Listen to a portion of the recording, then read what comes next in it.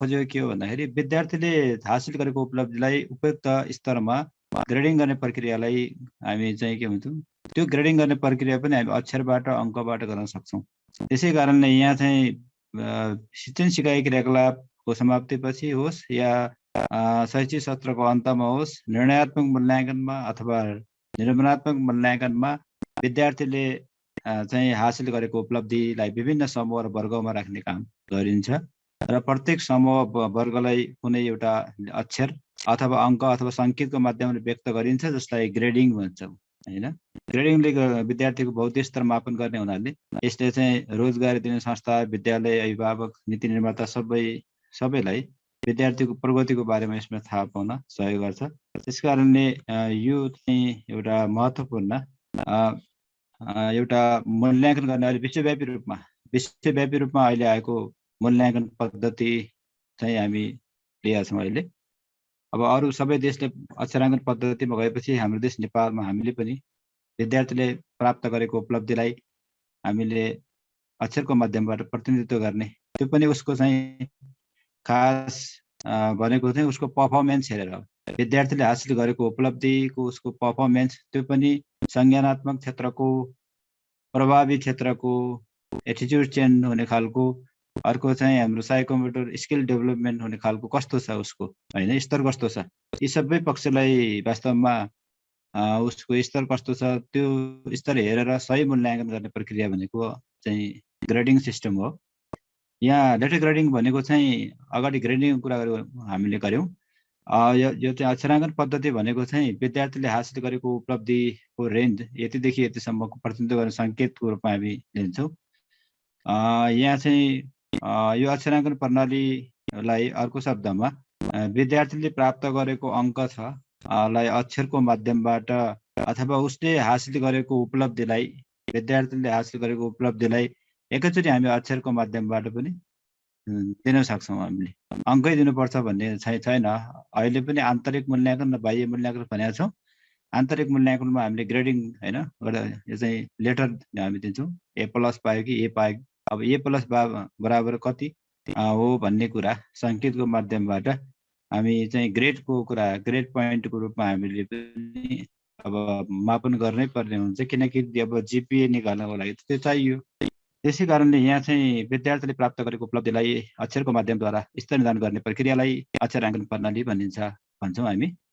यसमा चाहिँ अङ्कमा आधारित ग्रेडिङ प्रणालीमा विद्यार्थीको बुद्धि नापेर भन्न सकिने अवस्था हुँदैन। कति बुद्धि छ भनेर पर्फर्मेन्सलाई हेर्नुपर्छ भनेको छौँ, उसको बुद्धि कुन तहमा पर्छ, कुन रेन्जमा पर्छ भनेर प्रत्येक तह रेन्जलाई विभिन्न अक्षरबाट सम्बोधन गर्ने प्रणाली अहिले विश्वव्यापी रूपमा आएको छ, त्यसलाई हामी अक्षराङ्कन प्रणाली भन्छौँ। यो अक्षराङ्कन प्रणालीलाई यसको तपाईँलाई परीक्षाको दृष्टिकोणमा वस्तुगत र विषयगतको लागि यो मैले चाहिँ ग्रिन कलरको लगाएको छु। यो एउटा यहाँहरूले सम्झनु पर्ला, स्मरण गर्नु पर्ला। अक्षराङ्कन भन्नाले पाठ्यक्रमले यहाँहरूले परिभाषा लेख्ने बेलामा पनि अथवा यहाँ चाहिँ वस्तुगत परीक्षाको हकमा पनि यहाँहरूले चाहिँ अक्षराङ्कन लेटर ग्रेडिङ भन्नाले पाठ्यक्रमले निर्धारण गरेको वा तोकेको सक्षमता वा सिकाइ उपलब्धिको मूल्याङ्कन पश्चात विद्यार्थीले हासिल गर्ने सिकाइ स्तरलाई सिकाइ स्तरलाई अक्षरमा गरिने प्रस्तुतिलाई जनाउँछ अथवा भनिन्छ भन्ने यो चाहिँ यहाँ अब अहिले हाम्रो लेटर ग्रेडिङ निर्देशिकामा पनि यो डिफाइन भएको, पहिलोको अक्षराङ्कन कार्यविधि 72 मा पनि डिफाइन गरेको कुरा भएको हुनाले हामीले परीक्षामा लेख्दाखेरि यस्तो किसिमको डिफाइन भएको परिभाषा लेख्यौँ भन्ने हाम्रो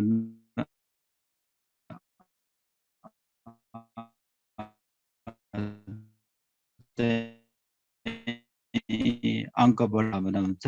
त्यसै कारण विद्यार्थीले हासिल गरेको सिकाइ स्तरलाई अक्षरमा गरिने प्रस्तुतिलाई अक्षराङ्कन पद्धति भनिन्छ होइन, लेटर ग्रेडिङ चाहिँ भनिन्छ भन्ने कुरा चाहिँ यहाँ बुझ्नुपर्ने हुन्छ। अब यसपछि अर्को चाहिँ वर्तमान अवस्थामा जुन कार्यको त्योभन्दा 72 भन्दा अगाडि 71 मा हामीले पाइलटिङ गऱ्यौँ होइन, त्योभन्दा अगाडि श्रेणीकरण प्रणाली थियो। त्यो श्रेणीकरण प्रणालीका कमी कमजोरीलाई सुधार गरेर विद्यार्थीले प्राप्त गरेको उपलब्धिलाई प्राप्ताङ्क नभई श्रेणी तहगत रूपमा अक्षर वा श्रेणीगत रूपमा मापन गर्ने प्रक्रिया हो भनेर यसलाई फेरि हामी डिफाइन गर्न सक्छौँ। यो अक्षराङ्कन कार्यविधिको सुरुवातको कुरा गर्दा सन् 1700 अमेरिकी प्रोफेसर मार्क डोमले गरेका थिए।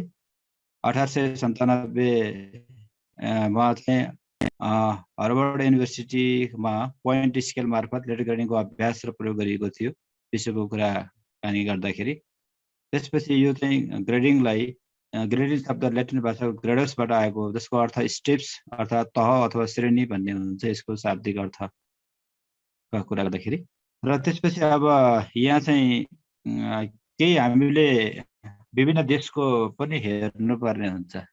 हाम्रो देश नेपालमा अहिले चाहिँ कट अफ पोइन्ट तोकेका छ नि, हामीले कट अफ पोइन्ट तोकेका छौँ भनेपछि 35 लिखित परीक्षामा 35 नल्याएपछि हैन, लिखित परीक्षामा 35 नल्याएपछि एनजी लाग्छ, नट ग्रेडेड भनेको छु हैन। यहाँ हेर्नुहोस् त अहिले कट अफ पोइन्ट कति रहेछ विश्वका मुलुकमा। मलेसियामा हेर्नुहुन्छ भने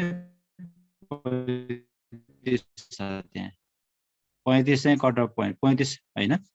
भनेपछि यहाँ डिफरेन्स छ। यहाँ जस्तो 100 हो भने चाहिँ यहाँ 100बाट 80, 80बाट फेरि कति 68 वटा 5 वटा छ यसमा ग्रेड।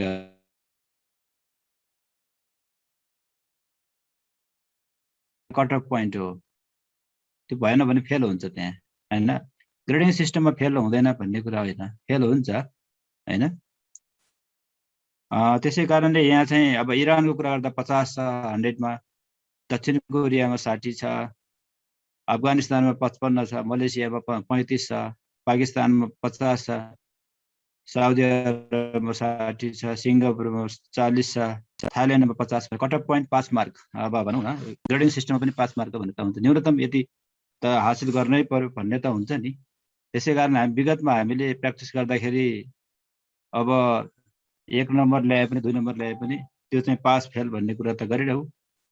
तर अब चाहिँ सबैको चाहिँ गुनासो, अभिभावक, विद्या शिक्षक, अभिभावक सबैको गुनासो के हो भन्दाखेरि यो पढाए पनि नपढाए पनि विद्यार्थीलाई पनि पढे पनि नपढे पनि पास भइहाल्छ, नपढे पनि पास भइहाल्छ हैन भन्ने कुरा भयो। त्यसपछि शिक्षकलाई पनि अब सबै पास भइहाल्छन् भनेर अब अलिक अब सबैले त गर्नुहुन्न हैन। कुनै कुनै टिचरले त अब यो चाहिँ अब यो सिकाइमा शिक्षण सिकाइ क्रियाकलापमा पनि लापरवाही गरेको अवस्था पनि भेट्यो। भनेपछि यो व्यापक अभिभावकले यसमा बढी यो चाहिँ विरोध जनाउनु भयो। सबैको कुरा सुन्दाखेरि अब नेपालमा पनि हामीले कट अफ पोइन्ट हैन, कट अफ पोइन्ट चाहिँ हामीले चाहिँ तोक्नु पर्यो भन्ने कुरा चाहिँ भयो। त्यसो भएको हुनाले यहाँ हाल नेपालमा हामीले 35 चाहिँ राखेको कारण त्यो पनि हो। यो विभिन्न देशको हामीले अध्ययन गर्दाखेरि यो पायौँ हामीले हैन। अब यहाँ चाहिँ जस्तो यहाँ चाहिँ 50 यो कट अफ पोइन्टमा अगाडि मैले देखाएको थिएँ नि, जस्तो 45 भनेको त 45 भनेको फेल हो। यो 46 सम्म चाहिँ ल्याएपछि पास हुन्छ भन्ने इन्डोनेसियाको कुरा गर्दाखेरि हैन। अब न्यूनतम आधार पनि cut off point bench mark पनि तोकेको अवस्था हुन्छ। इरानमा 50 ल्याएमा फेल हुन्छ, 50 भन्दा अब 51 ल्यायो भने पास हुन्छ। अफगानिस्तानमा 55 भनेको त्यो चाहिँ के हो, फेल भयो। 56बाट के हुन्छ, पास। त्यसै मलेसियामा 35, पाकिस्तानमा 50, साउदी अरबमा 60, थाइल्यान्डमा 50। यो भनेको कट अफ पोइन्ट हो। उनीहरूले नाम राखेका छन्, फेल कसैले फेल, कसैले फेल, कसैले फेलर राखेका छन् हैन। ग्रेडिङ सिस्टममा पनि फेल भन्ने कुरा हुन्छ। हाम्रो देश नेपालमा हामीले पहिला गरेनौँ, सुरुमै गर्नु पर्थ्यो, यो चाहिँ गरिएन, कमी कमजोरको रूपमा रह्यो। अब चाहिँ अब शिक्षा विज्ञान प्रविधि मन्त्रालयले स्वीकृति गरेको छ पुस 7 गते हैन, पुस 7 गते चाहिँ स्वीकृति गरेको छ।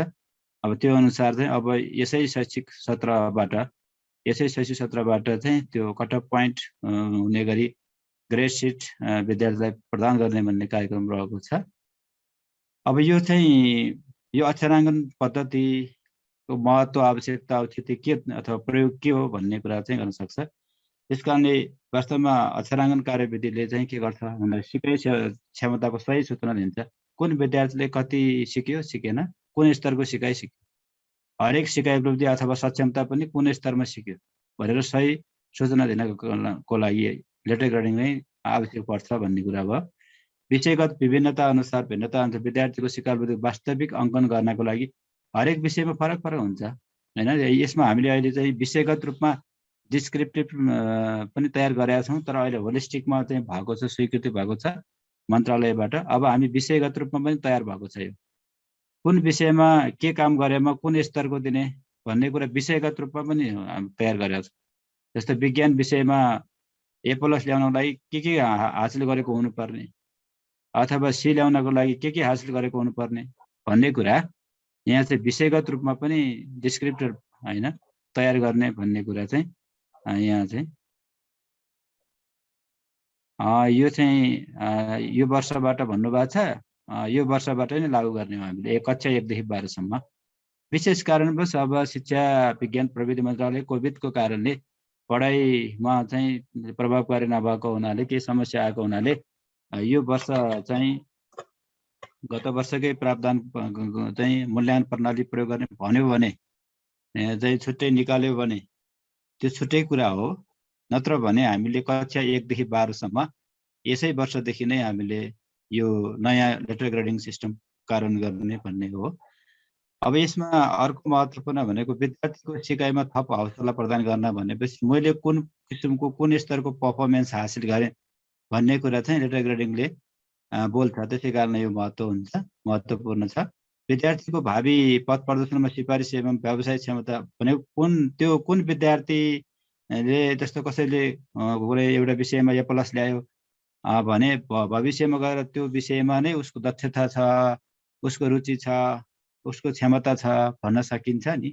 भविष्यमा त उसको बाटो भनेको त्यो क्षेत्रमा छ, त्यो विषयमा छ भन्ने कुराको सङ्केत दिन्छ यसले। त्यसै कारण यो महत्त्वपूर्ण छ। विद्यार्थीको विषयगत विशिष्टता प्रदान गर्न मद्दत गर्नको साथै अङ्कको आधारमा विद्यार्थीलाई स्तर वृद्धि गर्ने परिपाटीमा सुधार ल्याउनको लागि पनि यहाँ चाहिँ अब फर्स्ट चाहिँ एउटा मात्रै हुन्छ पहिला त हैन। जस्तो टप भयो भने एउटा मात्रै हुन्छ, अनि अब यो चाहिँ अङ्कको आधारमा पनि विभेद भन्ने कुरा पनि हुन्छ त्यहाँ। त्यसै कारणले त्योभन्दा पनि मबाट हामीतिर जान्छौँ, हामी A+ ल्याउने यतिजना भन्ने हुन्छ नि। त्यस कारणले म होइन कि हामी हुनुपर्छ। मबाट हामीमा लिने भनेको चाहिँ अक्षराङ्कन कार्यविधि हो। अनि मूल्याङ्कन पद्धति मात्रै होइन, मूल्याङ्कन पद्धतिलाई बढी वैज्ञानिक स्वीकार्य भनेको अहिले विश्वव्यापी रूपमा प्रयोग भएको जुन सिद्धान्त छ, विद्यार्थीले हासिल गरेको सिकाइ उपलब्धि सक्षमताको स्तरको आधारमा पर्फर्मेन्सको आधारमा विद्यार्थीको मूल्याङ्कन गर्नुपर्छ भन्ने कुरा विश्वव्यापी रूपमा स्वीकार गरिएको पद्धति हो। त्यसैले यो चाहिँ लेटर ग्रेडिङ प्रणाली चाहिँ अपनाउनु पर्छ भन्ने हो। मूल्याङ्कन पद्धतिमा एकरूपता ल्याउनको लागि विश्वव्यापी रूपमा सबै ठाउँमा एकै खालको चाहिँ ल्याउनको लागि विद्यार्थीको सिकाइ क्षमतालाई यथार्थ रूपमा प्रमाणीकरण गर्ने। वास्तवमा हामीले अगाडि नै भन्यौँ नि, पाठ्यक्रमले अपेक्षा गरेको सक्षमता छ विषयगत, त्यस्तै गरी कक्षागत सिकाइ उपलब्धि पनि छ विषयको। त्यो सक्षमता सिकाइ उपलब्धि कति हासिल गर्यो, उसको चाहिँ नलेज कग्निटिभ डोमेनमा कस्तो हो, अफेक्टिभ डोमेनमा कस्तो हो, साइकोमोटर डोमेनको कस्तो हो भन्ने कुरा पनि यसले बोल्ने गर्छ। त्यसै कारणले यसको महत्त्व हो। अर्को शैक्षिक क्षतिलाई न्यूनीकरण गर्दै शैक्षिक गुणस्तर प्रवर्धन गर्न क्वालिटी मेन्टेन गर्नको लागि आवश्यक पर्छ। अब क्षतिका कुरा गर्दाखेरि त योभन्दा अगाडि हामीले अवलम्बन गरेको 72 को कार्यविधि 72 को कार्यविधि चाहिँ यहाँ के लेख्नु भएको छ भने त्यसो भए हाम्रो कटअफ पोइन्ट 35 हो कि 34 हो भन्ने कुरा। हाम्रो कटअफ पोइन्टलाई हामीले 34 मान्यौँ, 35 ल्याएपछि एनजी लाग्दैन। हाम्रो नेपालको चाहिँ कटअफ पोइन्ट 34 हो हैन। भनेपछि 35 ल्यायो भनेपछि हाम्रो चाहिँ त्यो डी ग्रेड डी पाउँछ। त्यसकारण हाम्रो 35 चाहिँ उसको पास मार्कको रूपमा दिनुपर्छ। 34 ल्याएपछि हुँदैन भन्ने कुरा हो। अब विद्यार्थीको एकल विषय प्रमाणीकरणका माध्यमबाट विद्यार्थीको बौद्धिकताको आधारमा सिकाइको अवसर प्रदान गर्ने भनेको हामी विषयगत रूपमा हामीले ग्रेड दिन्छौँ। अहिले पनि के भएको छ भने विषयगत रूपमा आन्तरिक र बाह्यको लागि ग्रेड दिने भन्ने कुरा भएको थियो। पछि चाहिँ के भयो भने होइन, फाइनल ग्रेड हरेक विषयको पनि चाहियो भन्ने कुरा भएपछि अहिले चाहिँ फाइनल ग्रेड विषयको फाइनल ग्रेड पनि दिन्छौँ भनेको छौँ। त्यसकारणले त्यो विषयगत फाइनल ग्रेड यो आन्तरिक मूल्याङ्कन र बाह्य मूल्याङ्कन जोडेर निकाल्ने जुन विगतको प्रणाली थियो त्यो प्रणाली चाहिँ अहिले चाहिँ हटाइएको छ। जस्तो विगतमा के थियो भने प्र्याक्टिकलमा 25 मा 25 दिने, अनि थ्योरीमा चाहिँ 75 मा 5 ल्याएपछि कति भयो, 5 र 25 30 भयो। 30 भनेको डी ग्रेड हो। हैन पहिलाको कुरा गर्दा।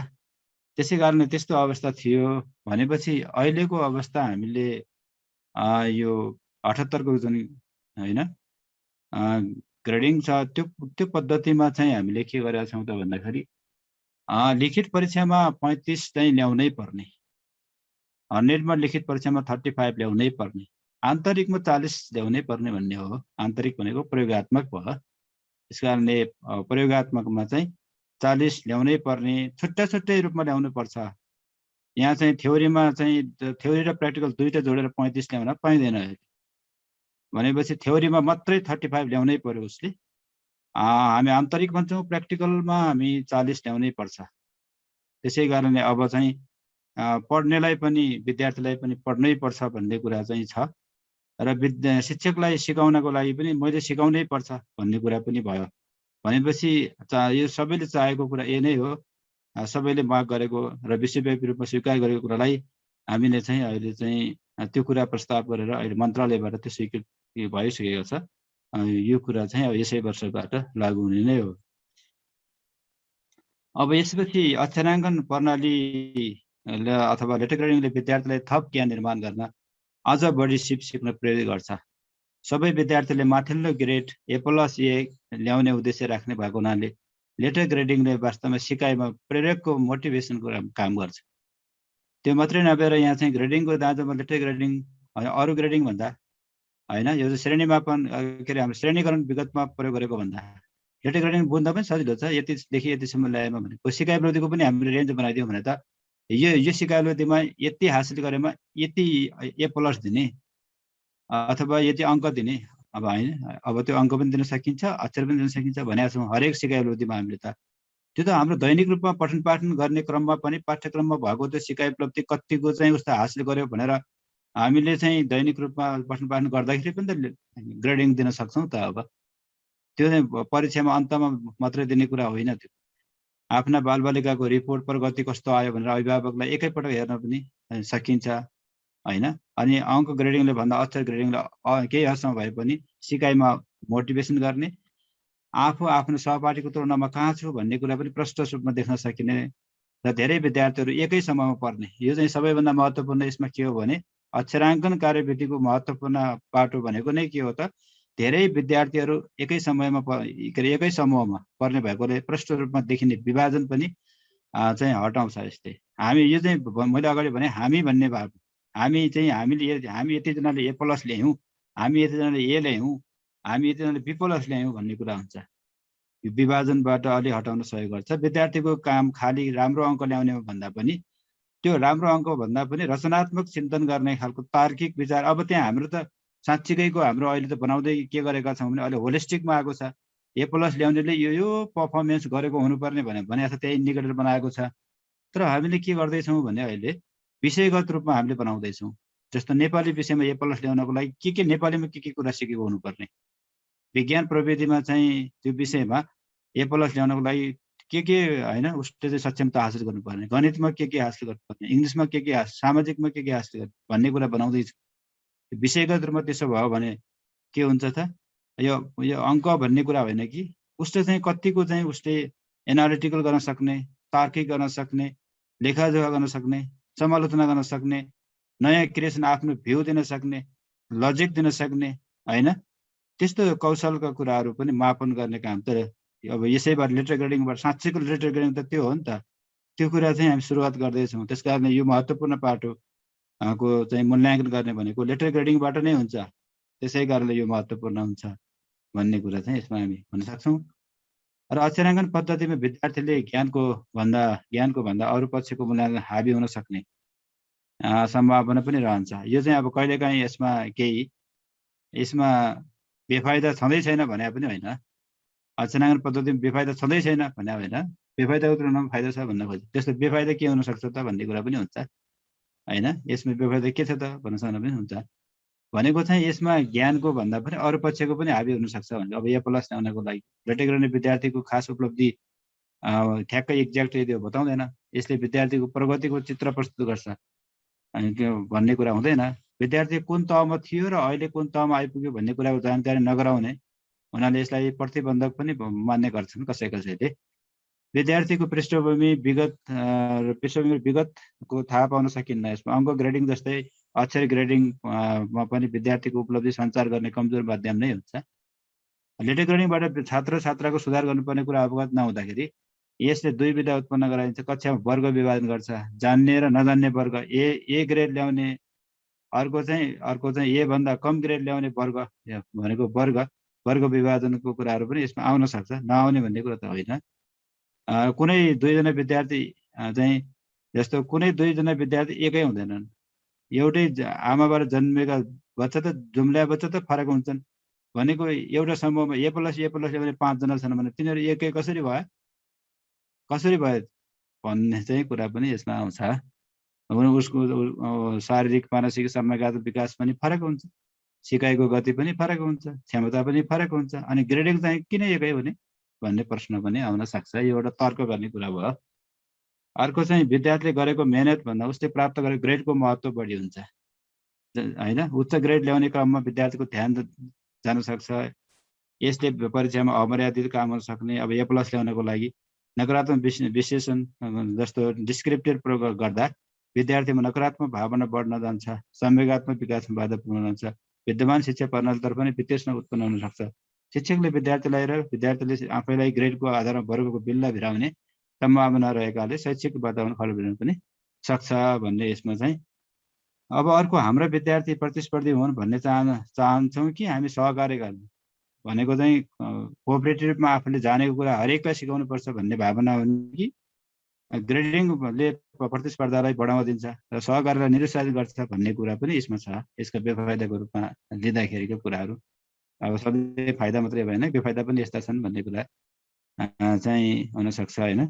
अब यसपछि अर्को महत्त्वपूर्ण भनेको चाहिँ नेपालमा अब अभ्यासको कुराहरू चाहिँ अहिले चाहिँ अहिलेसम्म हामीले लेटर ग्रेडिङ के हो र त्यसपछि यसको महत्त्व आवश्यकता किन पर्यो भन्ने कुरा दुईटा पक्षमा हेरौँ। अब नेपालमा लेटर ग्रेडिङ प्रणालीको विगत र वर्तमान अभ्यास कस्तो छ, यसका के समस्या छन्, समाधानको उपाय के हुन सक्छन् भन्ने कुरा, भावी कार्यदिशा के हुन्छ भन्ने कुराको हामी यसमा छलफल गर्छौँ। नेपालमा सर्वप्रथम पाठ्यक्रम विकास केन्द्रद्वारा है सन् 2015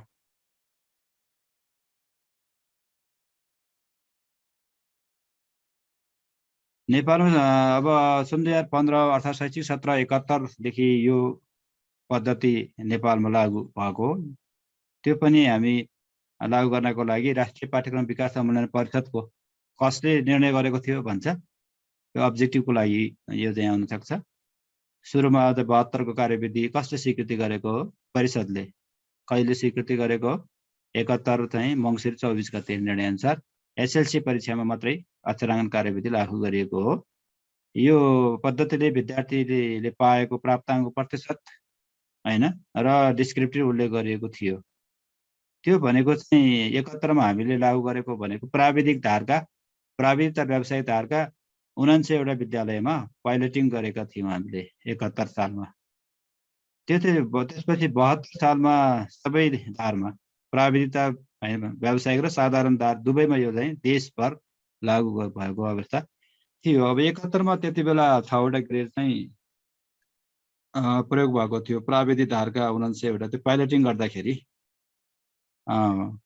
गर्दाखेरि यो चाहिँ 6 वटा ग्रेड भएको थियो। 90 देखि 100 ए प्लस आउटस्ट्यान्डिङ, 80 देखि 89 ए एक्सलेन्ट, 60 देखि 79 बी भेरी गुड, 40 देखि 59 सम्म सी गुड, अनि 25 देखि 39 सम्म डी 4, 25 भन्दा कम ई भेरी पुअर। यसमा पनि कट अफ पोइन्ट भन्ने थिएन हैन। देशभर सञ्चालित 79 वटा प्राविधिक र व्यावसायिक धारका विद्यालयमा लागू भएको थियो भन्ने कुरा चाहिँ यो सुरुवातको वर्ष 71 को पाइलटिङको कुरा मैले गरेँ। त्यति बेला 6 वटा ग्रेड। कहिलेकाहीँ तपाईँहरूलाई जाँचमा नेपालमा सर्वप्रथम हैन कार्यान्वयनमा आएको डेटा ग्रेडिङ प्रणालीमा कतिवटा ग्रेडहरू प्रयोग गरिएको थियो भन्न सक्छ? 6 वटा ग्रेडहरू भन्नु पर्यो 71 सालमा प्राविधिक धारका 79 वटा स्कुल। त्यसपछि अब देशभरि कार्यान्वयन गर्नको लागि कार्यविधि चाहियो। त्यो कार्यविधि भनेको चाहिँ 72 को कार्यविधि हो है। त्यो 72 को कार्यविधि चाहिँ परिषदबाट स्वीकृति कहिले भयो? त्यही मङ्सिर 23 गते उसमा मङ्सिर 24 गते भएको थियो पाइलटिङको लागि। यसमा चाहिँ मङ्सिर 23 गते चाहिँ 72 71 भएको थियो। यो 72 साल मङ्सिर 23 गते परिषदबाट यो कार्यविधि पास भएको थियो। यो कार्यविधि शीतका नियमावली 59 को नियम 192 को ङ र चले दिएको अधिकार प्रयोग गरेर मन्त्रालयले चाहिँ लागू गरेको थियो। त्यसले चाहिँ के भनेको थियो, अक्षराङ्कन भन्नाले के बुझिन्छ भन्ने कुरालाई डिफाइन गरेको थियो। तोकिएको सक्षमताको मूल्याङ्कन पश्चात विद्यार्थीले हासिल गरेको सिकाइ स्तरलाई अक्षरमा गर्ने प्रस्तुतिलाई अक्षराङ्कन भनिन्छ, ग्रेडिङ लेटर ग्रेडिङ भनिन्छ भनेर डिफाइन गरेको थियो। त्यसले के भनेको थियो, ग्रेड पोइन्टलाई फेरि के भन्यो त, अक्षरमा गरिएको विद्यार्थी मूल्याङ्कनको स्तरीकरणलाई अङ्कमा प्रस्तुत गरिएको आनुसाङ्खिक मान। कहिलेकाहीँ तपाईँलाई जाँचमा परीक्षामा चाहिँ यो सोध्न सक्छ कि ग्रेड पोइन्ट भन्नाले के बुझिन्छ भनेर क ख ग घ सोध्या हुन्छ होइन। अक्षराङ्कन भन्नाले के बुझिन्छ भनेर चाहिँ सोध्या हुन्छ होइन। त्यसै कारणले यो चाहिँ दुईटा यो टर्महरू, यस्ता टर्महरू चाहिँ यहाँले ठ्याक्कै याद गर्नुपर्ने हुन्छ। ग्रेड पोइन्ट भन्नाले अक्षरमा गरिएको विद्यार्थी मूल्याङ्कनको स्तरीकरणलाई अङ्कमा प्रस्तुत गरे आनुसाङ्खिक मान भन्ने कुरा हो। त्यसपछि यो अक्षराङ्कन कार्यविधि जुन थियो परिषदबाट 72 8 महिना 23 मङ्सिर 23 स्वीकृति भएको थियो। यो 4 पटक संशोधन भयो। पहिलो संशोधन 72 12 महिना 6 गते 9वटा ग्रेडको कुरा थियो, तर त्यो लास्टको चाहिँ रेन्ज नमिलेर त्यसै वर्ष चाहिँ 9वटा ग्रेडलाई पनि त्यहाँभित्रको चाहिँ चेन्ज भएको थियो। दोस्रो संशोधन चाहिँ 73 12 27 गते चैत 27 गते भएको थियो। तेस्रो संशोधन चाहिँ 74 10 माघ 17 गते। चौथो संशोधन 75 5 महिना 1 गते। पाँचौं संशोधनको लागि परिषदमा पुर्याइएको थियो गिरिराज बनी पोखरेल शिक्षा मन्त्री भएको बेला। तर यो उहाँले त्यति बेला यो अक्षराङ्कन कार्यविधिलाई अहिले चाहिँ नगरौँ, अब अर्को पटक गरौँला भन्ने कुरा चाहिँ गर्नुभएको हुनाले पछि संशोधन गर्ने कुरा चल्दै जाँदाखेरि अन्तमा अक्षराङ्कन कार्यविधि 72 खारेज नै भयो। खारेज भएर यो चाहिँ होइन 78 पुस 7 गते मन्त्रालयले स्वीकृति गरेर नयाँ डेटा ग्रेडिङ निर्देशिका। त्यसपछि चाहिँ यो चाहिँ सबै पहिलाको 72 को खारेज भयो। यो त्यति बेला चाहिँ के थियो त भन्दाखेरि सुरुमा चाहिँ 72 को कार्यविधिमा यो 9वटा ग्रेड थियो। यहाँ हेर्नुभयो भने 9वटा ग्रेड थियो। लास्टको एन भन्ने थियो, नट ग्रेडेड भन्ने थियो। त्यसमा अङ्क चाहिँ 0 भन्ने थियो होइन।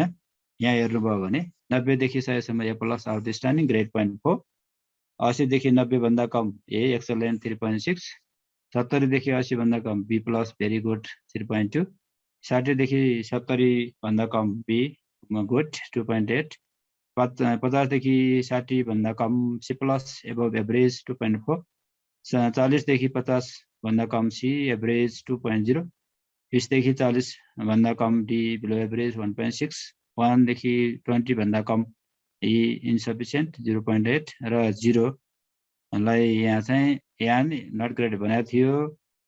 तर यो चाहिँ लागू भएन। यो 72 को जुन मङ्सिर 23 गतिको परिषदको निर्णय थियो, यो निर्णयले उहाँ त्यो निर्देशिकामा कार्यविधि निर्देशिका यो थियो, तर यो लागू भएन। त्यसै वर्ष 12 महिना होइन 6 गते चैत 6 गते चाहिँ फेरि चेन्ज भएर 9वटै ग्रेड हो, तर यहाँ चाहिँ बिचको यो चाहिँ लास्टमा 9 नम्बरको छ, त्योभन्दा अगाडिको लागि चेन्ज गर्ने काम भयो। यो चाहिँ के गरियो त्यति बेला भने चाहिँ अब यहाँ हेर्नुहोस् त, यो लागू गर्दाखेरि यसो गरेको हो। यो त्यसै पहिलो चाहिँ संशोधन 72 चैत 6 गते भएको थियो। त्यसमा अरू केही पनि भएन कि यहाँ चाहिँ 30 देखि 40 सम्म डी प्लस भन्ने थियो, पार्सियली एक्सेप्टेबल 1.6 भन्ने, अनि 20 देखि 30 भन्दा कमलाई डी इन्सफिसियन्ट 1.2, अनि 0 देखि 20 भन्ने त्यसरी बनाएको यो लाई ई ग्रेड। पहिला त एन भन्ने थियो नट ग्रेडेड होइन, एन भन्ने थियो नट ग्रेडेड थियो, तर यो त्यो चाहिँ हटायो, त्यो चाहिँ लागू नै भएन। सुरुमा कार्यविधिमा आयो, तर लागू गर्दाखेरि पहिलो संशोधन यो भएपछि यसले जे गर्यो त्यही अनुसार चाहिँ लागू भएको थियो होइन। भनेपछि यहाँ विगतको यो तालिका पनि तपाईँहरूले चाहिँ सम्झिनु पर्ने हुन्छ, परीक्षामा सोध्न सक्ने सम्भावना हो। त्यसै कारणले यो तपाईँले व्याख्या कुरा पनि सम्झिनु पर्यो। स्तरीकृत यो व्याख्यालाई इङ्ग्लिसमा मात्र राखेको थियो, हाल नेपालमा त नेपालीमा पनि छ। अनि ग्रेड पोइन्ट पनि सम्झिनु पर्यो, ग्रेड पनि सम्झिनु पर्यो, वर्गान्तर पनि सम्झिनु पर्यो, प्रतिशत। यो चाहिँ तपाईँहरूले पहिला होइन यो भएको कुरा चाहिँ याद गर्नु होला भन्ने कुरा गरेँ मैले। दोस्रो संशोधन चाहिँ अब ग्रेडको कुराहरू यसमा राखेको थियो। अनि राष्ट्रिय परीक्षा बोर्डको कुराहरू अब नयाँ होइन शिक्षा ऐनको होइन 8औं संशोधनले राष्ट्रिय परीक्षा बोर्डलाई चाहिँ स्थापित गरेपछि त यसको चाहिँ यसले उत्तर पुस्तिका परीक्षण सम्प्रेषण गर्ने काम चाहिँ होइन अङ्कमा गर्ने र विद्यालय जिल्ला शिक्षा कार्यालय परीक्षण कार्यालयको राष्ट्रिय परीक्षा बोर्डले त्यो अङ्कलाई ग्रेड सिटमा सैद्धान्तिक प्रयोगात्मक कुल अङ्क दुईटै कुल अङ्कलाई अक्षर ग्रेडमा रूपान्तरण गर्ने भनेको थियो होइन। त्यसपछि अनुतीर्ण उत्तीर्णमा चाहिँ प्रमाणपत्र त ग्रेड सिटमा उत्तीर्ण अनुतीर्ण व्यवस्था रहने छैन भन्ने कुरा। त्यसको सट्टामा चाहिँ विषयगत ग्रेड दिने काम र समग्रमा जिपिए दिने काम भनेको थियो। ग्रेडको व्याख्या चाहिँ लब्धाङ्ग पत्रमा उल्लेख गर्ने भन्ने कुरा त्यसमा राखेको थियो। अनि यो चाहिँ पूरक परीक्षाको लागि आधारभूत तहको अन्तमा हुने कक्षा 8 माध्यमिक शिक्षाको 10 माध्यमिक शिक्षा 11 12 यो चाहिँ यो संशोधनले गरेको थियो। पहिला यो थिएन, पहिला त एसएलसीमा मात्रै भन्ने थियो त होइन। यसपछि अब एसई भएपछि त होइन, अनि एसई भएपछि त अब त्यो व्यवस्था गर्नु पर्यो भनेर यो चाहिँ संशोधनले त्यो व्यवस्था गरेको।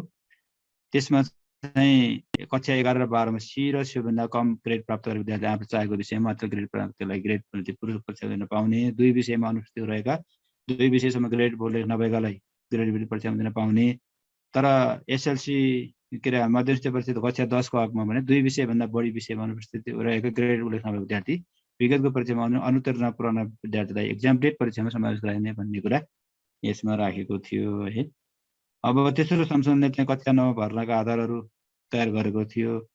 अनि चौथो संशोधनले चाहिँ कक्षा 8 को कुराहरू पनि कक्षा 8मा चाहिँ कक्षा 8 का परीक्षामा अनिवार्य विषयमा चाहिँ D+ भन्दा कम ग्रेड प्राप्त गरेका विषयहरूमा ग्रेड वृद्धि परीक्षा दिन पाउने भन्ने कुरा चाहिँ उल्लेख गरेको थियो। यो चाहिँ हाम्रो अब पहिलाको कुरा भयो। अब अहिले त यो खारिज भएपछि त यो त्यति अब इन डिटेलमा पढ्नुपर्ने भएन। त्यसपछि अब अहिले चाहिँ विशेष गरी अब हामीले हेर्नुपर्ने भनेको यो अहिलेको हो होइन। अब यो लेटेक ग्रेडिङ निर्देशिका 78 छ। यो 78 को चाहिँ हाल नेपालमा यसै अनुसार कार्यान्वयन गराउनु न भन्ने कुरा भयो। यो लेटेक ग्रेडिङ निर्देशिका अक्षराङ्कन कार्यविधि भनेको थियो। यो अक्षराङ्कन कार्यविधि पनि नेपालीको ट्रान्सलेसन ठिक भएन भनेर त्यसपछि अहिले नामै लेटेक ग्रेडिङ राखिएको हो। अक्षराङ्कन भनेको कि अब त्यो अक्षराङ्कनको अर्थ नै फरक पर्छ, त्यो ठिक भएन भनेर नामै इङ्ग्लिसमा चाहिँ राखेर लेटर ग्रेडिङ निर्देशिका 78 राखिएको। मन्त्री स्तरको शिक्षा मन्त्री स्तरको निर्णय चाहिँ 78 9 महिना 7 गते पुस 7 गते स्वीकृत भयो भन्ने कुरा हो। यो चाहिँ विद्यालय शिक्षाको राष्ट्रिय पाठ्यक्रम प्रारूपको मार्गदर्शन। अब त्यसले के भने विद्यालय शिक्षाको सबै तहमा अक्षराङ्कन कार्यविधि प्रयोग गर्नुपर्ने छ भनेर राष्ट्रिय पाठ्यक्रम प्रारूपले बोलेको थियो। त्यसको चाहिँ मूल्याङ्कन प्रमाणीकरण सान्दर्भिकता पारदर्शिता वस्तुनिष्ठ विश्वसनीयता कायम गर्नको लागि शिक्षा नियमावली 59 को नियम 192 को कहिलेकाहीँ यस्तो पनि आउँछ लेटर गर्ने निर्देशिका शिक्षा नियमावलीको कति नियम अनुसार होइन बनाइएको। अब त्यस्तो क्वेसन त सोध्न नसक्ने हो, तर अब कहिलेकाहीँ सोधिहाल्छ। त्यस कारणले नियम 100 जम्मा शिक्षा नियममा कतिवटा नियम छन् 195 वटा नियम। 195 वटा नियम मध्ये 192 को नले दिएको अधिकार प्रयोग गरी शिक्षा विज्ञान प्रविधि मन्त्रालयले यो निर्देशिका लागू गरेको हो भनेपछि यो चाहिँ लागू भयो भन्ने कुरा हो। अब यहाँ चाहिँ यसले भनेका हरेक कुराहरू चाहिँ हामीले याद गर्नुपर्ने हुन्छ, हरेक टर्म्सहरू है।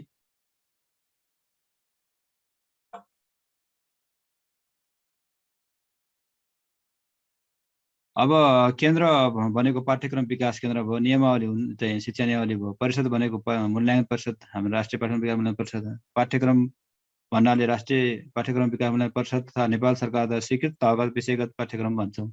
पाठ्य घण्टालाई यसले चाहिँ पठन पाठन सञ्चालनलाई खर्च भएको साप्ताहिक 32 घण्टाको समयावधि होइन 32 साप्ताहिक 32 घण्टाको समयावधि भनेको छ। यो अलिकति नमिलेको हुनाले यसलाई चाहिँ हामीले कुरा गरेका छौँ। फेरि साप्ताहिक 32 घण्टा भन्ने त होइन, अब जस्तो कक्षा 1, 2, 3 मा कति भन्ने त त्यहाँ त 26 छ त होइन। 4 देखि 10 सम्म 32 छ, 11, 12 मा कम्तीमा 27, बढीमा 32 छ। त्यसकारण यो चाहिँ अलिकति परिभाषा गर्ने क्रममा चाहिँ त्यहाँ अब अलिक फरक परेको छ भन्ने कुरा गरेका छौँ। तर अहिले निर्देशिकामा भएको कुरालाई यहाँले सम्झिनुहोला होइन। अनि बोर्ड भनेको चाहिँ राष्ट्रिय परीक्षा बोर्ड भयो, मन्त्रालय भनेको त्यो भयो। अब यहाँ चाहिँ लेटर ग्रेडिङ र ग्रेड पोइन्टको यहाँ जो छ त्यो कुरा चाहिँ यहाँले अगाडिको कुरा र यो परिभाषा एउटै हो, सम्झिनुहोला। लेटर ग्रेडिङ भन्नाले तोकेको सक्षमताको मूल्याङ्कन पश्चात विद्यार्थीले हासिल गरेको सिकाइ स्तरलाई अक्षरमा गरिने प्रस्तुति हो। यो चाहिँ जस्ता यहाँले सम्झिनु पर्ला। कहिलेकाहीँ अक्षराङ्कन भनेको सरी लेटर ग्रेडिङ भनेको के हो, ग्रेड पोइन्ट भनेको के हो भन्न पनि सक्छ। लेख्ने क्वेसनमा पनि भयो, वस्तुगतमा पनि भयो, दुईटै कुराको लागि यहाँले सम्झिनु पर्ने भनेको लेटर ग्रेडिङ के हो, ग्रेड पोइन्ट के हो। स्तरीकृत अङ्क हुन्छ ग्रेड पोइन्टलाई। स्तरीकृत भनेको चाहिँ अक्षरमा गरिएको विद्यार्थी मूल्याङ्कनको स्तरीकरणलाई अङ्कमा प्रस्तुत गरेको आनुषङ्गिक मान जो भनेको थियो, अक्षर 72 कार्यविधि जो भनेको छ त्यही कुरा हो, यसमा अरू केही होइन। त्यसपछि अर्को यहाँ सम्झिनु पर्ने भनेको यो 4वटा उद्देश्य चाहिँ यहाँले सम्झिनु पर्ने हुन्छ। विद्यालय शिक्षामा लेटर ग्रेडिङ होइन, लेटर ग्रेडिङ कार्यान्वयनको उद्देश्य 4वटा उद्देश्य छ। यो एउटा चाहिँ प्रमाणीकरण गर्ने, छोटकरीमा विद्यार्थीको सिकाइ क्षमतालाई यथार्थ रूपमा प्रमाणीकरण। दोस्रो भनेको चाहिँ 8वटा अक्षरमा स्तरीकृत गर्ने, उनीहरूले हासिल गरेको उपलब्धिलाई, विद्यार्थीले हासिल गरेको सिकाइ उपलब्धिको मापनबाट प्राप्त अङ्कगत स्तरलाई 8वटा अक्षरमा भने 8वटा अक्षर भने सम्झिनु होला। तेस्रो भनेको शैक्षिक गुणस्तरको कुराहरू, क्षति न्यूनीकरण गर्ने, गुणस्तर प्रवर्धन गर्ने, तेस्रो भयो। चौथो भनेको बहुभौतिकता हो, एकल विषय प्रमाणीकरणका माध्यमबाट हामीले अहिले विषयगत रूपमा कुन विषयमा कुन ग्रेड आयो भनेर दिन्छौँ त, त्यो भने एकल विषयको रूपमा त्यसरी लिन सक्छौँ हामीले। त्यसै कारणले त्यसैको आधारमा बहुभौतिकता भनेको चाहिँ उसको अब आगामी करियर कतातिर हो होइन, किनभने जुन विषयमा A+ ल्याएको छ त्यो त राम्रै खालको हो नि त भन्ने हुन्छ। त्यसै कारणले आगामी दिनमा उसको चाहिँ क्षमता, रुचिको क्षेत्र कुन हो भन्ने कुरा चाहिँ त्यो क्षेत्र सिक्ने अवसर प्रदान गर्ने भनेको त यसैबाट हो होइन, यसैबाट हो।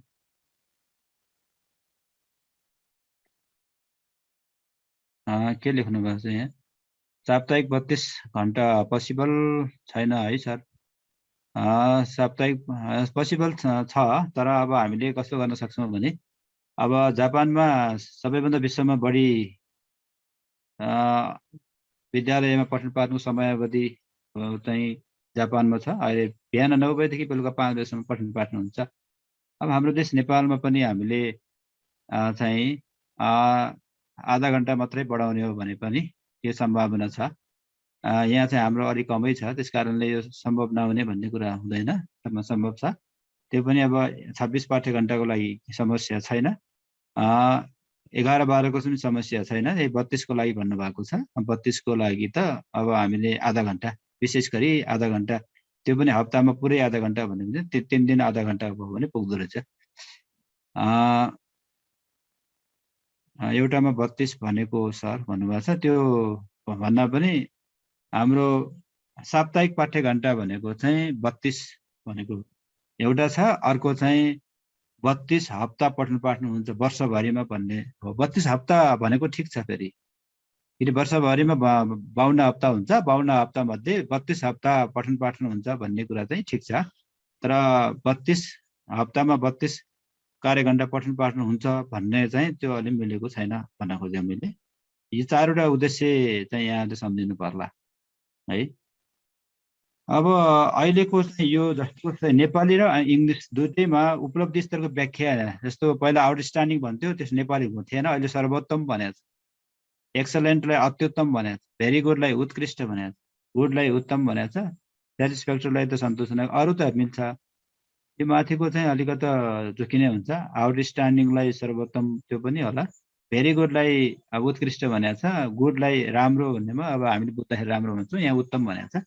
त्यसै कारणले यहाँले सम्झिने बेलामा अब यो कुरा सबै उपलब्धि प्रतिशत पनि कतिदेखि कतिसम्मलाई हो त्यो पनि थाहा पाउनु पर्यो। यी ग्रेड पोइन्टलाई पनि हरेकमा 0.4 को रूपमा घट्दै गएको छ, त्यो त सजिलो हुन्छ होला। अनि अक्षरको कुराहरू चाहिँ अब ए प्लस देखि प्लस प्लस भएका 3टा छन्, अब डी को प्लस छैन। अनि एनजी छ, 35 भन्दा कम आएमा एनजी लाग्छ, नट ग्रेडेड, त्यो भनेको फेल हो भन्ने। अब अप्रत्यक्ष रूपमा यहाँ नभने पनि यहाँ फेल नलेखे पनि त्यो चाहिँ के हो त, फेल भन्ने हो। 35 ल्याए पास भन्ने हो कि, पास मार्क 35, त्यो पनि लिखित परीक्षामा 35 भने हो। आन्तरिक प्रयोगात्मकमा 35 भने होइन कि, लिखित परीक्षामा चाहिँ 35 ल्याउनै पर्ने। आन्तरिकमा छुट्टै पास गर्नुपर्ने, आन्तरिकमा 100मा 40 ल्याउनै पर्ने भन्ने कुरा हो। अब यहाँ चाहिँ सर्वोत्तम के गरेको सर्वोत्तम भन्छ, अब यो चाहिँ हाम्रो खास लेटर ग्रेडिङको मर्म यही हो। त्यो विद्यार्थीले आउटस्ट्यान्डिङ हुनलाई यो कुरा चाहिँ उसले गर्न सक्नु पर्यो भनेको छ यहाँ। उदाहरणको लागि यहाँ भनेको छ, has deep and broad knowledge with highly developed critical insight, होइन, हरेक कुरालाई चाहिँ उसले क्रिटिकल्ली एनालाइसिस गर्न सक्ने, कम्प्रिहेन्सिभ एकदमै गहन व्यापक, होइन, perceptive appreciation of the theoretical or practical subject, थ्योरीमा पनि प्र्याक्टिकलमा पनि एकदमै के छ, गहन ज्ञान भएको, हरेक कुरालाई क्रिटिकल्ली एनालिसिस गर्न सक्ने, हरेक विषयवस्तुलाई अर्गनाइज गर्न सक्ने, आवश्यकता अनुसार प्रयोग गर्न सक्ने, विश्लेषण गर्न सक्ने, होइन, यो चाहिँ आफूले जाने कुराहरू फ्लुएन्टली रूपमा चाहिँ प्रस्तुत गर्न सक्ने, स्पष्ट रूपमा पार्न सक्ने पर्फर्मेन्स है, त्यो भनेको आफ्नै एउटा ओरिजिनल जानेको कुरालाई आफ्नै भाषामा अभिव्यक्त गर्न सक्ने, सृजनात्मक खालको, होइन, logical thinking with superior communication skill भनेको उच्च तहको सञ्चार स्किल भएको त्यो मान्छे चाहिँ के हो, आउटस्ट्यान्डिङ हो भन्ने कुरा चाहिँ यसमा दिएको छ। यो भनेको चाहिँ साँच्चैकै वास्तविक रूपमा चाहिँ लेटर ग्रेडिङ भनेको यो हो है। त्यसै कारणले अब यो कुरा चाहिँ इन डिटेलमा भन्दा यो 9वटा कुरा चाहिँ यहाँ अगाडि भएको, यो तालिका चाहिँ सबैले क्वेसन सोध्ने, एउटा क्वेसन सम्भावना सोध्ने त अब यसैबाट सोध्न सक्छ भन्ने कुरा पनि अनुमान गर्न सकिन्छ। यो तालिका यहाँले हेर्नुहोला, हाल नेपालमा अक्षराङ्कन कार्यविधि 1/12 को कस्तो, होइन, ढाँचा छ भनेर कहिलेकाहीँ ढाँचा लेख्नुहोस् भन्यो भने त यो तालिका जस्तो लेख्नु पनि पर्यो भने विषयगतमा पनि यो चाहियो, वस्तुगतमा पनि चाहियो यो यहाँहरूलाई चाहिँ। त्यस कारण अब यसरी चाहिँ हेर्नुहोला भने हो। अनि यहाँ विशेष गरी यसमा उत्तर पुस्तिका परीक्षण सम्परीक्षण यसमा अहिले पनि अङ्कमै गरिने भनेको छ, तर परीक्षण सम्प्रेषणबाट प्राप्त अङ्क चाहिँ ग्रेड सिटमा सैद्धान्तिक र आन्तरिकको लागि छुट्टै अङ्क चाहिँ जनाउनु पर्छ, ग्रेडमा रूपान्तरण गर्नुपर्छ, दुईटा जोडेर निकाल्न पाइँदैन भन्ने कुरा हो। अब सम्बन्धित तह र कक्षा पुरा गरेको विद्यार्थीले प्राप्त ग्रेड सिटका आधारमा सम्बन्धित तह कक्षा पुरा गरेको भएमा पेशागत र प्राविधिक तथा व्यवसायिक शिक्षा अवसरहरू पाउने, तर त्यो तह पुरा गरेमा पेशागत हिसाबले हो भने त्यो पढ्न पाउने भनेको छ, तर माथिल्लो तहमा पढ्नका लागि भने अग्र अध्ययनमा भनेको छ, माथिल्लो कक्षामा तहमा पढ्नको लागि भने यो चाहिँ त्यो तह वा कक्षा पुरा गरेर ग्रेड पोइन्ट, होइन, स्तरीकृत अङ्क जिपिए सहितको ग्रेड सिट र मूल प्रमाणपत्र उपलब्ध गराइन्छ तोकेको चाहिँ हासिल गरेमा। र विद्यार्थीले प्राप्त गरेको ग्रेडको व्याख्या चाहिँ लब्धाङ्क पत्रमा पछाडि चाहिँ राखिने भन्ने कुरा चाहिँ गरेको छ। कक्षा 8, 10 र 12 का सबै विषयमा न्यूनतम ग्रेड पुरा गरेपछि मात्र मूल प्रमाणपत्र चाहिँ ग्रेड सिट दिने, तर विषयगत रूपमा आन्तरिक तर्फ सी भनेको 40 हो नि त फेरि। अब यहाँ बुझ्नु होला है, फेरि आन्तरिक तर्फ भनेको, आन्तरिक भनेको प्रयोगात्मक का कुरा अथवा आन्तरिकमा सी भनेको 40 अनिवार्य ल्याउनु पर्छ भनेको 100मा, सैद्धान्तिक तर्फ डी भनेको चाहिँ 35 अनिवार्य ल्याउनै पर्छ लिखित परीक्षामा भनेको। त्यो प्राप्त गर्न नसक्नलाई मूल प्रमाणपत्र दिने छैन भनेपछि त्यो फेल भएको भन्ने चाहिँ अर्थ यहाँ हुन्छ। अब र अन्य कक्षाको लागि पनि विद्यालयहरूले यो ग्रेडिङ निर्देशिका विपरीत नहुने गरी प्रयोग गर्नु भन्ने कुरा यहाँ गरे हुनाले यहाँहरू सबैले चाहिँ अब विद्यालयमा पढाइरहनु भएको छ भने 1 देखि 12 सम्मको यही ढाँचा अनुसार हो भन्ने कुरा चाहिँ अब बुझ्नु पर्ला। त्यो चाहिँ माथिल्लो तहको कक्षामा पढ्नको लागि मूल प्रमाणपत्र अनिवार्य हो, मूल प्रमाणपत्र लिएको छैन भने त्यो चाहिँ समकक्षता प्रदान गर्ने छैन भन्ने कुरा हो। तर यो मूल प्रमाणपत्र प्राप्त गर्न नसकेका विद्यार्थी हुन्छ नि, यस्ता विद्यार्थीलाई 3 पटकसम्म 2टा विषयमा ग्रेड वृद्धि परीक्षामा संलग्न हुन पाउँछ भनेको दुईटा विषयमा अब चाहिँ के हुन्छ त भन्दाखेरि दुईटा विषयमा 35 ल्याउन सक्नु भएन, अरूमा सबैमा ल्याउनु भयो भने उहाँले चाहिँ ग्रेड वृद्धि पूरक परीक्षा दिन पाउने। कति पटक भने कति पटकसम्म दिन पाउने भनेपछि 3 पटकसम्म दिन पाउने हैन। अनि यहाँ ग्रेड वृद्धि परीक्षामा संलग्न हुने र आन्तरिक मूल्याङ्कनमा सहभागी भई बाह्य मूल्याङ्कन संलग्न हुन नसकेका विद्यार्थीको हकमा आन्तरिक तथा प्रयोगात्मक मूल्याङ्कनको अङ्क 3 वर्षसम्म कायम हुने भनेको 3 वर्षसम्म चाहिँ कायम हुने भन्ने कुरा हो। र आन्तरिक यहाँ चाहिँ भन्न खोजेको के हो भन्दाखेरि आन्तरिक मूल्याङ्कनमा तोकेको ग्रेड भनेको 40 अङ्क चाहिँ ल्याउनु भएन भने बाह्य परीक्षा दिन नपाउने, प्रवेश पत्र चाहिँ इन्ट्रान्स कार्ड दिन नपाउने हो। आन्तरिकमा पास भएन भने 40 ल्याउनु भएन भने तोकेको ग्रेड भनेको चाहिँ के हो त हाम्रो हैन। तोकेको ग्रेड भनेको चाहिँ सी हो नि त, फेरि 100 मा 40% ल्याउनै पर्यो हैन। त्यो ल्याएपछि मात्रै बाह्य परीक्षा दिन पाउँछ भन्ने कुरा हो। दुई विषयभन्दा बढीमा चाहिँ एनजी लाग्यो भने जुन कक्षा हो त्यही कक्षामा चाहिँ सम्पूर्ण विषयमा पठन पाठनमा सहभागी हुने भन्ने कुरा चाहिँ भयो है। यहाँ लेख्नु भएको छ कक्षा 1 देखि 3 सम्मको फरक छ। म अहिले भन्छु कक्षा 1 देखि 3 को फरक हुन्छ। कक्षा 1 देखि 3 मा चाहिँ के छ त भन्दाखेरि आन्तरिक र बाह्य भन्ने छैन। हाम्रो 100 मा कति प्रतिशत सिकाइ उपलब्धि प्रतिशत निकाल्छौँ। सिकाइ उपलब्धि प्रतिशत निकालेपछि अनि 35% को कुराहरू त्यहाँ हुन्छ। 35% भन्दा कम आयो भने त्यो एनजी लागेको हो भन्ने हुन्छ। कक्षा 1 देखि 3 मा 4 देखि 12 एउटै हो। अब यसपछि अर्को महत्त्वपूर्ण यसमा थाहा पाउनु पर्ने भनेको चाहिँ अब कसको भूमिका के हो भन्ने कुरा पनि सोध्न सक्छ वस्तुगतमा भन्ने कुरा पनि हो। शिक्षा विज्ञान तथा प्रविधि मन्त्रालयले चाहिँ लेटर ग्रेडिङ सम्बन्धी नीति मापदण्ड बनाउने निर्धारण गर्ने र त्यसपछि सम्बन्धित निकायलाई निर्देशन दिने काम, यो दुईटा काम चाहिँ मन्त्रालयले गर्ने भनेर यहाँ राखेको छ। अनि पाठ्यक्रम विकास केन्द्रले चाहिँ लेटर ग्रेडिङ सम्बन्धमा राष्ट्रिय पाठ्यक्रम विकास परिषदबाट स्वीकृत नीति कार्यान्वयन गर्ने, नीति बनाउने त परिषद भयो। त्यसपछि लेटर ग्रेडिङ कार्यान्वयनको लागि आवश्यक सहजीकरण र प्राविधिक सहायता प्रदान गर्ने भनेको चाहिँ ओरिएन्टेसन गर्ने, यो त्यसको लागि कसरी अक्षराङ्कन कार्यविधि अथवा लेटर ग्रेडिङ कसरी गर्ने त्यसको कार्यविधि तयार गर्ने भनेको छ। अहिले हामीले कार्यविधि बनाउँदैछौँ यसको। अनि शिक्षा तथा मानव स्रोत विकास केन्द्रले चाहिँ लेटर ग्रेडिङको लागि सहजीकरण भनेको तालिमसँग सम्बन्धित काम गर्ने।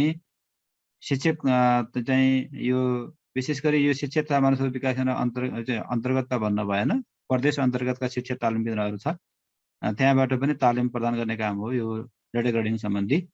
शिक्षक तालिम कार्यक्रममा विद्यार्थी मूल्याङ्कनमा लेटर ग्रेडिङको समावेश गर्ने, या शिक्षक तालिम कार्यक्रमका हैन हरेक यो चाहिँ तालिम प्याकेज अन्तर्गत कुनै एउटा सेसन अथवा दुईटा सेसनमा चाहिँ लेटर ग्रेडिङ सम्बन्धी कुराहरू राख्ने भन्न खोजेको यसमा। राष्ट्रिय परीक्षा बोर्डले चाहिँ विद्यार्थी मूल्याङ्कनलाई परीक्षा सञ्चालन गर्ने, नतिजा प्रकाशन प्रमाणीकरण गर्दाखेरि लेटर ग्रेडिङ कार्यान्वयन गर्नु पर्यो। विद्यालय शिक्षामा लेटर ग्रेडिङ कार्यान्वयन गर्ने क्रममा सम्बद्ध निकायका काममा आवश्यक समन्वय र सहजीकरण गर्ने काम पनि बोर्डको हो भनेको छ। अर्को चाहिँ शिक्षा विकास निर्देशनालय भन्ने छ, त्यहाँ प्रत्येक प्रदेशमा 7वटा प्रदेशमा 7वटा, तिनीहरूले चाहिँ यो लेटर ग्रेडिङको कार्यान्वयनमा सहजीकरण र अनुगमन दुईटा काम गर्ने, एउटा सहजीकरण गर्ने अर्को अनुगमन गर्ने। अनि शिक्षा विकास समन्वय इकाइ छ हाम्रो सङ्घीय कार्यालयको तल्लो युनिट हरेक जिल्लामा 77वटै जिल्लामा, त्यसले चाहिँ लेटर ग्रेडिङ कार्यान्वयन गराउने काम गराउनु पर्यो। लेटर ग्रेडिङको कार्यान्वयन गर्न विद्यालयलाई आवश्यक निर्देशन दिने, आवश्यकता अनुसार ओरिएन्टेसन गर्ने, फेसिलिटेसन गर्ने, अनुगमन गर्ने काम पनि गर्ने। अब विद्यालयको भूमिका भन्ने चाहिँ अलिक बढी हुन्छ यसमा। विद्यालयको भूमिका भनेको चाहिँ विद्यार्थी मूल्याङ्कनमा लेटर ग्रेडिङ कार्यान्वयन गराउनु पर्यो, जे भनेको छ त्यो अनुसार शिक्षक विद्यार्थी अभिभावक सरकारवाला सबैमा चाहिँ यो नयाँ पद्धति बारेमा जानकारी पनि गराउनु पर्यो। आवश्यकता अनुसार ओरिएन्टेसन छलफल गरी अवधारणको स्पष्ट चाहिँ कहीँ कन्फ्युज कुरा भएको छ भने त्यसलाई स्पष्ट पार्ने काम पनि विद्यालयमा गर्नु पर्यो।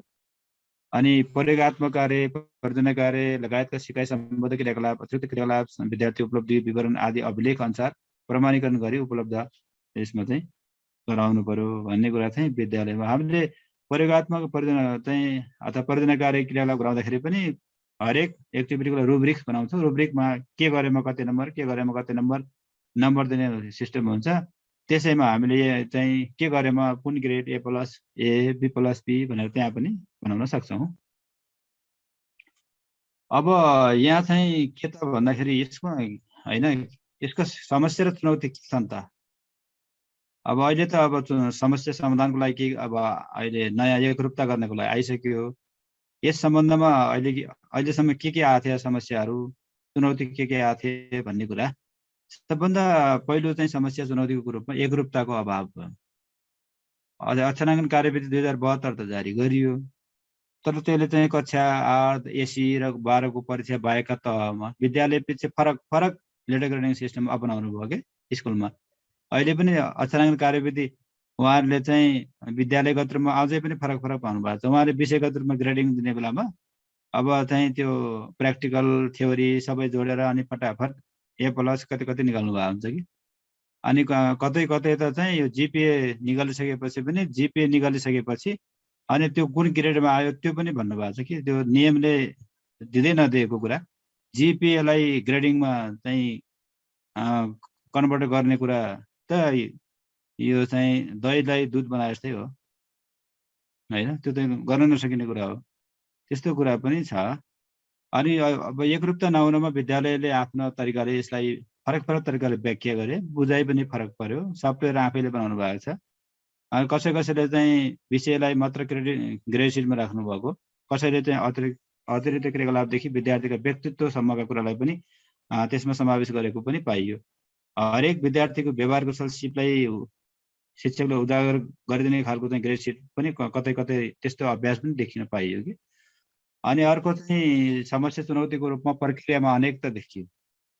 त्यो के हो अनेकता भन्यो भने राष्ट्रिय परीक्षा बोर्डबाट सञ्चालन भइरहेका कक्षा 10 तथा 11, 12 को प्रमाणपत्र प्रदान गर्दा समेत भिन्न तरिकाले छ।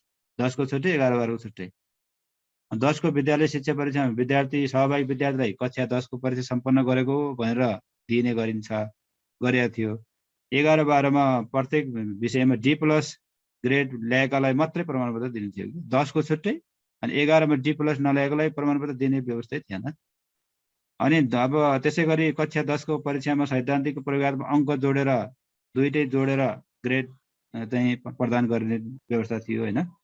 पहिलाको कुरा गर्दाखेरि ग्रेड वृद्धि परीक्षामा सैद्धान्तिक मात्र दिए पुग्ने खालको थियो, प्र्याक्टिकल दिनु पर्दैन थियो। र कक्षा 11, 12 को परीक्षामा सैद्धान्तिक र प्रयोग दुवैमा D+ ल्याउनु पर्ने व्यवस्था हैन गरेको थियो।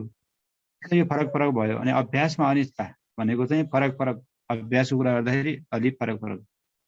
अहिलेको विद्यमान अवस्था कुरा गर्दाखेरि पनि कक्षा 1, 3 मा सिकालुदी प्रतिशतमा आन्तरिक उपलब्धि मूल्याङ्कन व्यवस्था छ।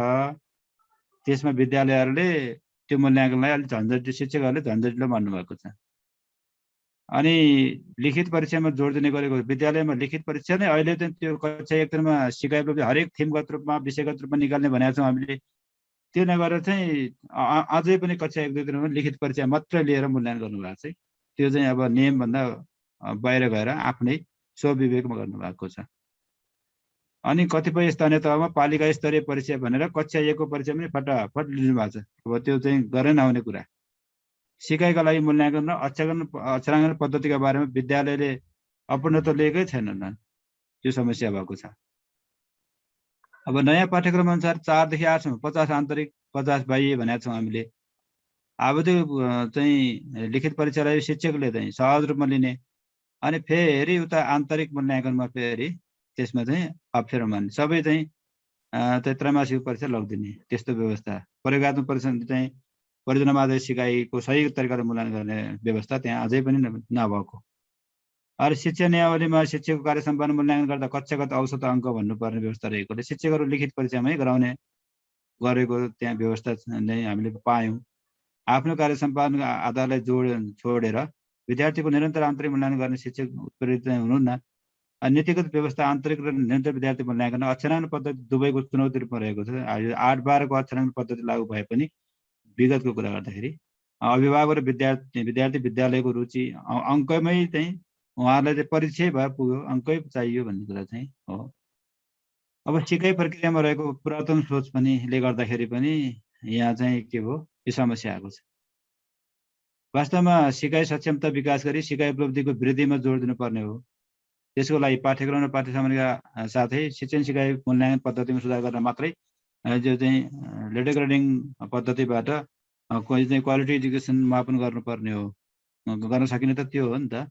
र शिक्षण सिकाइको लागि उपयोग गरिएका अब अरू प्रक्रियाहरूलाई यथावत राखेर नतिजा प्रकाशनको लागि मात्रै अन्तमा चाहिँ ग्रेड निकाल्ने मात्रै एउटा औपचारिकताको रूपमा मात्रै लिएको अवस्था छ।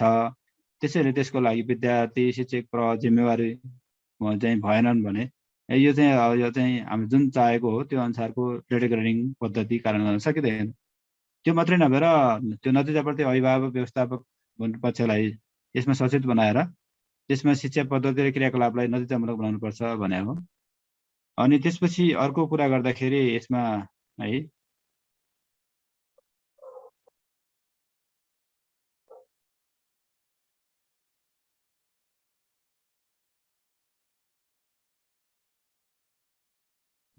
त्यसपछि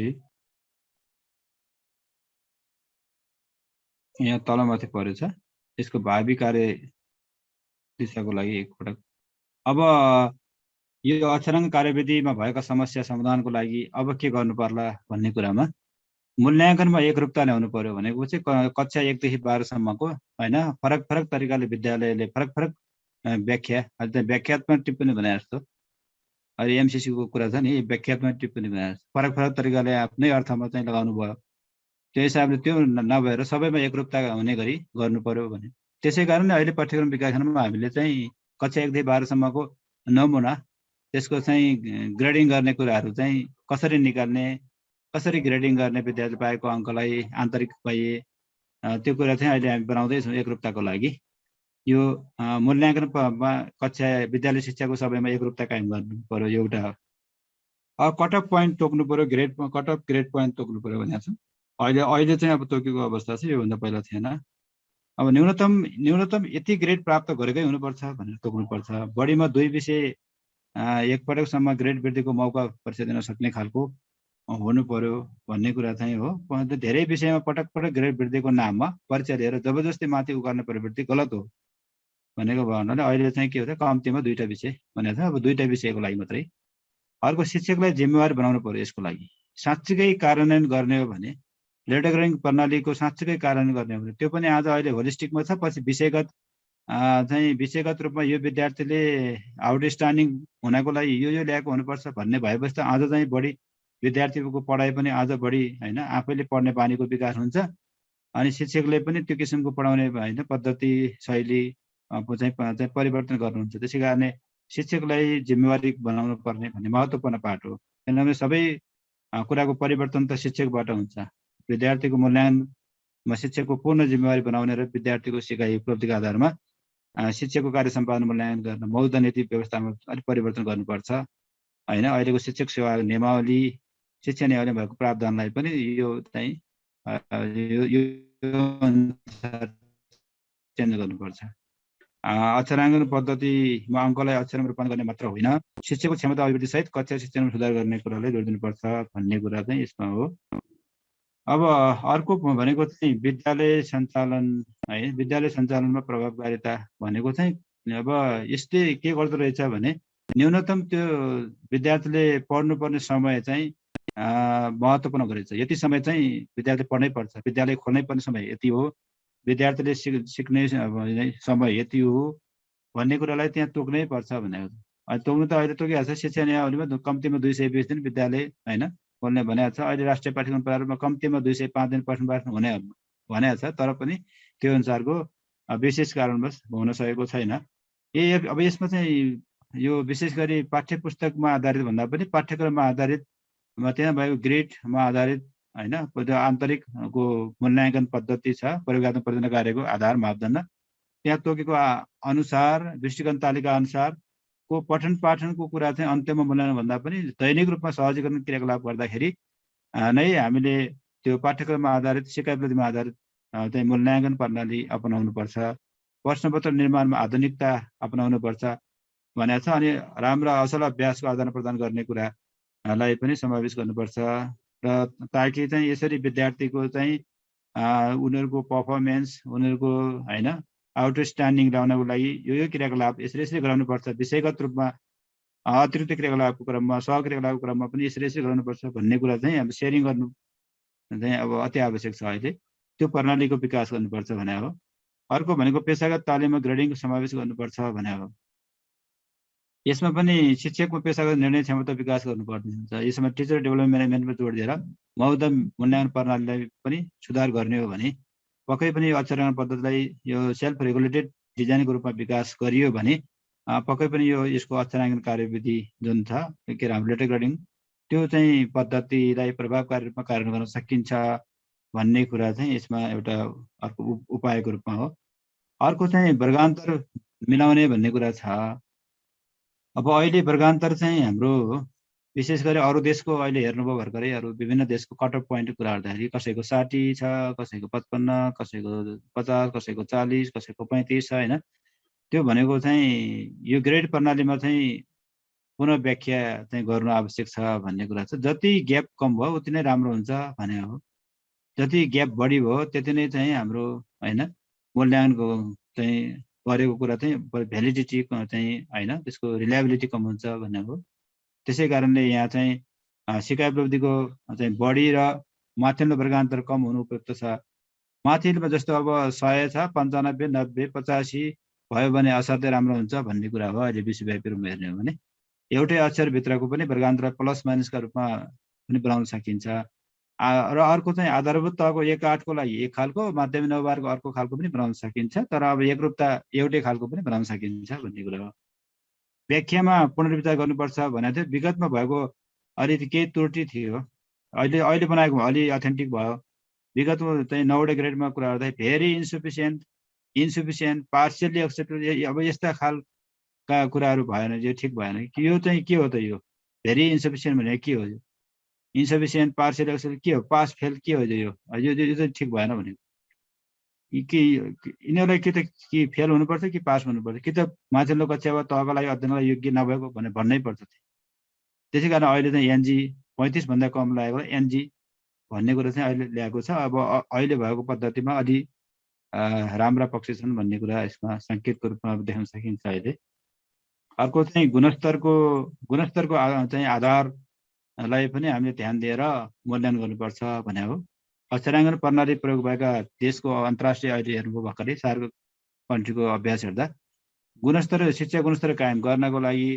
पाठ्यक्रममा आधारित शिक्षण गर्न शिक्षणमा भन्दा सिकाइमा जोड दिन र उपलब्धिको न्यूनतम आधार तोक्नै पर्छ भन्ने कुरा हो आधारभूत तहमा भने यो तोक्न चाहिँ निःशुल्क तथा अनिवार्य शिक्षा भएको हुनाले अलिकति गाह्रो हुन्छ तलतिरको तोक्दाखेरि आधारभूत शिक्षामा तर माथि माध्यमिक तहमा चाहिँ यो तोक्नु चाहिँ राम्रो हो भन्ने सुझाव दिन सक्छौँ अहिले पनि हामीले अहिले कक्षा 1 देखि 12 सम्म एकै खालको भनेर आएको छ यसमा पनि केही कमी कमजोरी त छन् त्यसमा केही कमी कमजोरी के त भन्दाखेरि आधारभूत तह चाहिँ निःशुल्क अनिवार्य भएको हुनाले न्यूनतम सिकाइ स्तर हासिल गरेर मात्रै माथिल्लो कक्षामा लिने प्रबन्ध गरिनुपर्छ तर माध्यमिक तह 9-12 मा भने यो चाहिँ यो हैन यसको कट अफ पोइन्ट तोकेर अब त्यो अनुसारको क्वालिटी मेन्टेन गर्नुपर्छ भन्ने कुरा चाहिँ 9-12 र 1-8 को एउटै हुनुभन्दा 1-8 को छुट्टै 9-12 छुट्टै बनाउन सकिन्छ भन्ने सुझाव दिन सकिन्छ यहाँहरूले अर्को कक्षा कोठालाई साधन स्रोत सम्पन्न बनाइनु पर्ने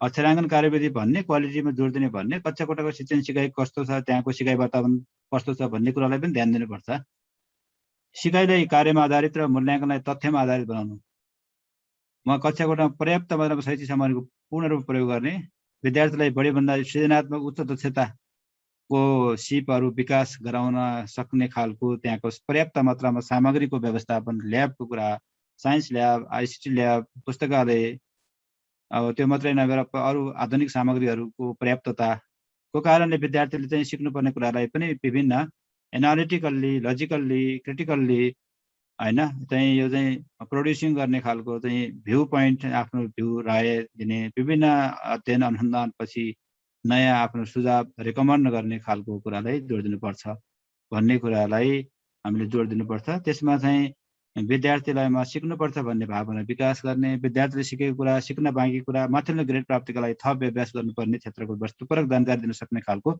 शिक्षकलाई तालिमको व्यवस्था हुनुपर्छ। तर त्यो किसिमको चाहिँ शिक्षकले तालिममा सिकेको कुरालाई कक्षा कोठाको सिकाइमा व्यावहारिक रूपमा कार्यान्वयन गराउन लागि त्यो किसिमको पर्याप्त मात्रामा स्रोत साधनको व्यवस्था हुनुपर्छ। अनि हामीले अक्षराङ्कन कार्यविधिले अपेक्षा गरेको जुन पर्फर्मेन्स सक्षमता छ त्यो सक्षमता सहज रूपमा विद्यार्थीलाई हासिल गराउन सक्छौँ भन्ने कुरा हो। यसमा अर्को सिकाइ केन्द्रित वातावरणको कुरा छ भनेको विद्यार्थीले चाहिँ पढाउने भन्दा पनि सिकाउनै पर्छ भन्ने दायित्व शिक्षकमा विकास गर्न, विद्यार्थीको सिकाइ उपलब्धि र शिक्षकको कार्य सम्भावनालाई समानान्तर रूपमा हेरेर शिक्षकको सेवा सुविधालाई पनि विद्यार्थीको सिकाइ उपलब्धिमा आधारित भएर जोड्नुपर्छ। कुनै चाहिँ शिक्षकले एकदमै होइन दुःख गरेर एकदमै सामग्रीदेखि लिएर हरेक चाहिँ प्लानदेखि लिएर हरेक एक्टिभिटी डिजाइन गरेर अनि के साधन स्रोतहरू आफै जम्मा गरेर विभिन्न स्रोत के अरे माध्यमबाट निकायबाट शैक्षिक सामग्रीको होइन शैक्षणिक सामग्रीको सङ्कलन गरेर असाध्यै मेहनतका साथ काम गर्नुभएको छ र उहाँको ले चाहिँ पढाएको विषयको उपलब्धि पनि एकदमै माथिल्लो स्तरको ग्रेडिङको कुरा गर्दा सबैभन्दा माथिल्लो स्तरको आयो भने उहाँलाई चाहिँ पर्याप्त मात्रामा त्यो जति उपलब्धि त्यो उपलब्धि अनुसारको सेवा सुविधा उहाँलाई दिनुपर्छ। त्यो पनि एउटा के हो त यो अक्षराङ्कन चाहिँ कार्यविधिलाई यसको मर्म अनुसार कार्यान्वयन गराउनको लागि महत्त्वपूर्ण एउटा उपायको रूपमा लिन सक्छौँ। त्यसै कारणले यसलाई अब त्यो अपेक्षा गरेको कुरालाई मिट गर्नको लागि पनि अथवा हाम्रो त्यो किसिमको कक्षा कोठामा एकदमै लर्निङ सेन्ट्रेड इन्भाइरोमेन्ट क्रिएट गर्ने टिचरको लागि पनि हामीले मूल्याङ्कन गर्नुपर्छ भन्ने कुरा चाहिँ यसमा देखिया हुन्छ। यो पनि एउटा उपायको रूपमा लिन सक्छौँ। अब अन्तमा निष्कर्षको कुरा गर्दाखेरि विद्यार्थीलाई दिएको ग्रेडिङले विद्यार्थीको विषयवस्तु गहिरो अध्ययन, उसको रचनात्मक चिन्तन, तार्किक विचार, उसको समस्या समाधान गर्ने सिप तथा कौशल बताउन सक्नुपर्छ। अहिलेको मूल्याङ्कन अक्षराङ्कन लेटर ग्रेडिङले त्यो कुरालाई समेट्न सक्नुपर्छ। विषयगत रूपमा पनि व्याख्यात्मक चाहिँ खालको चाहिँ यो चाहिँ जो 8वटा ग्रेड मध्ये 7वटा ग्रेडको कुरा गरेको छ त्यसलाई पनि विषयगत रूपमा चाहिँ डिस्क्रिप्टिभ बनाउनु पर्छ। विद्यार्थीले विषयगत रूपमा पर्फर्मेन्स कति गर्न सक्नुपर्ने हो, कति गरेमा कति उसको ग्रेड आउने हो भन्ने कुरा पनि तोकिनुपर्छ। त्यो चाहिँ महत्त्वपूर्ण पाटो हो भन्ने कुरा यसमा राख्न सक्छौँ। ग्रेडले मात्र विद्यार्थीको विषयवस्तु गहिरो अध्ययन छ कि छैन, उसको रचनात्मक चिन्तन सोच कस्तो छ, उसको समस्या समाधान सिप र कौशल कस्तो छ, उसको सञ्चार कौशल कस्तो छ भन्ने कुरा बताउन कठिन हुन्छ। यसले विद्यार्थीलाई घोक्ने कण्ठ गर्ने र उच्च ग्रेड ल्याउने काममा बढी केन्द्र गर्छ। तसर्थ यसबाट पनि हामी सजग भएर विद्यार्थीले गरेको सही पर्फर्मेन्सको एक्चुअल उसले गरेको पर्फर्मेन्सको अथेन्टिक असेसमेन्टको टुलहरू प्रयोग गरेर विद्यार्थीले प्राप्त गरेको सिकाइ उपलब्धि सक्षमताको सही तरिकाले हामीले चाहिँ स्तरीकरण गर्नुपर्छ भन्ने कुरामा हामी सचेत हुनै पर्छ। त्यसको लागि प्रश्नको स्तरीकरण गर्ने, ग्रेडिङलाई पुनः परिभाषित गर्ने, पाठ्यक्रम आधारित परीक्षा प्रणाली अवलम्बन गर्ने, पाठ्यक्रमलाई विद्यार्थीको उमेर रुचि अनुसार परिमार्जन गर्दै लैजाने जस्ता काम गर्नु आवश्यक छ।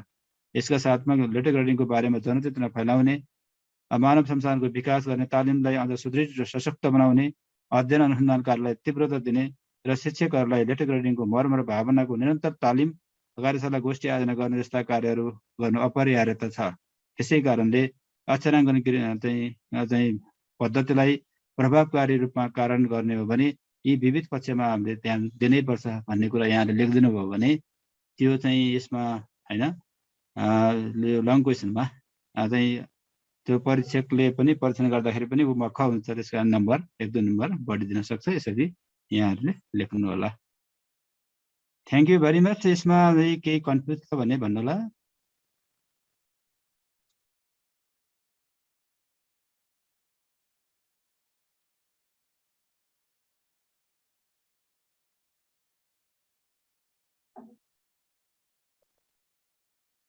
अब हामी अर्को विषयवस्तु सुरु गर्छौँ।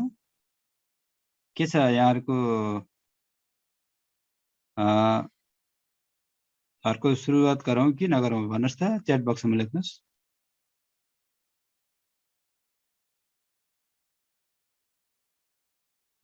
न्यू ग्रेड सिट भन्नुभएको छ। कक्षा 1 दिनको मूल्याङ्कन कसरी गर्ने भन्नुभएको छ। कक्षा 1 दिनको मूल्याङ्कनको कुरा गर्नुभएको छ सबैले। ल गरौँ सर भन्नुभएको छ। Thank you very much. मैले कक्षा 1-3 को एकदमै बढी कुरा गर्नुभएको हुनाले म कक्षा 1-3 को गर्ने अब सुरुवात गर्छु।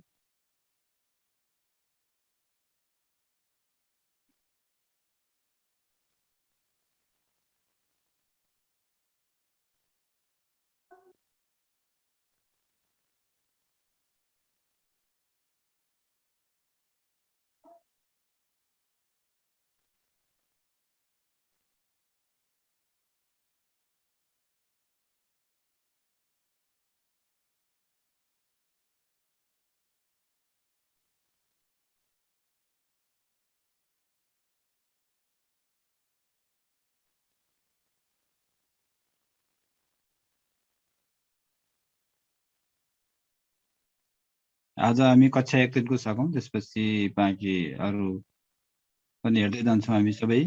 अब एकाइ 12 को सबै कुराहरू हामी हेर्छौँ। यहाँ चाहिँ कक्षा 1-3 को अहिले भर्खर भन्नुभएको छ, त्यसै कारणले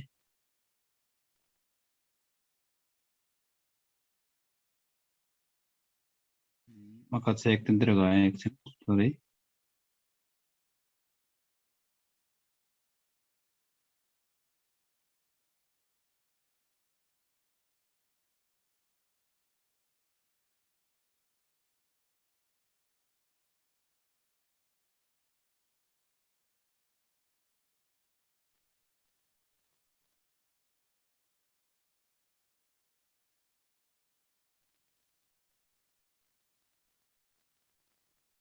अब यहाँ मैले आज यो कक्षा 1-3 को यहाँहरू समक्ष कसरी ग्रेड जिपिए कसरी निकाल्ने, कसरी मूल्याङ्कन गर्ने कुरा गर्छु। त्यसपछि आधारभूत माध्यमिकको लागि फेरि भोलि समक्ष यहाँहरू समक्ष गर्छु। हामी सबैले कुरा जान्नुपर्ने हुन्छ। फेरि तपाईँलाई क्वेसन सोद्धाखेरि माध्यमिक तहकोले आधारभूत पढ्नु पर्दैन भन्ने कुरा होइन, सबै कुरा हामी जान्नुपर्ने हुन्छ।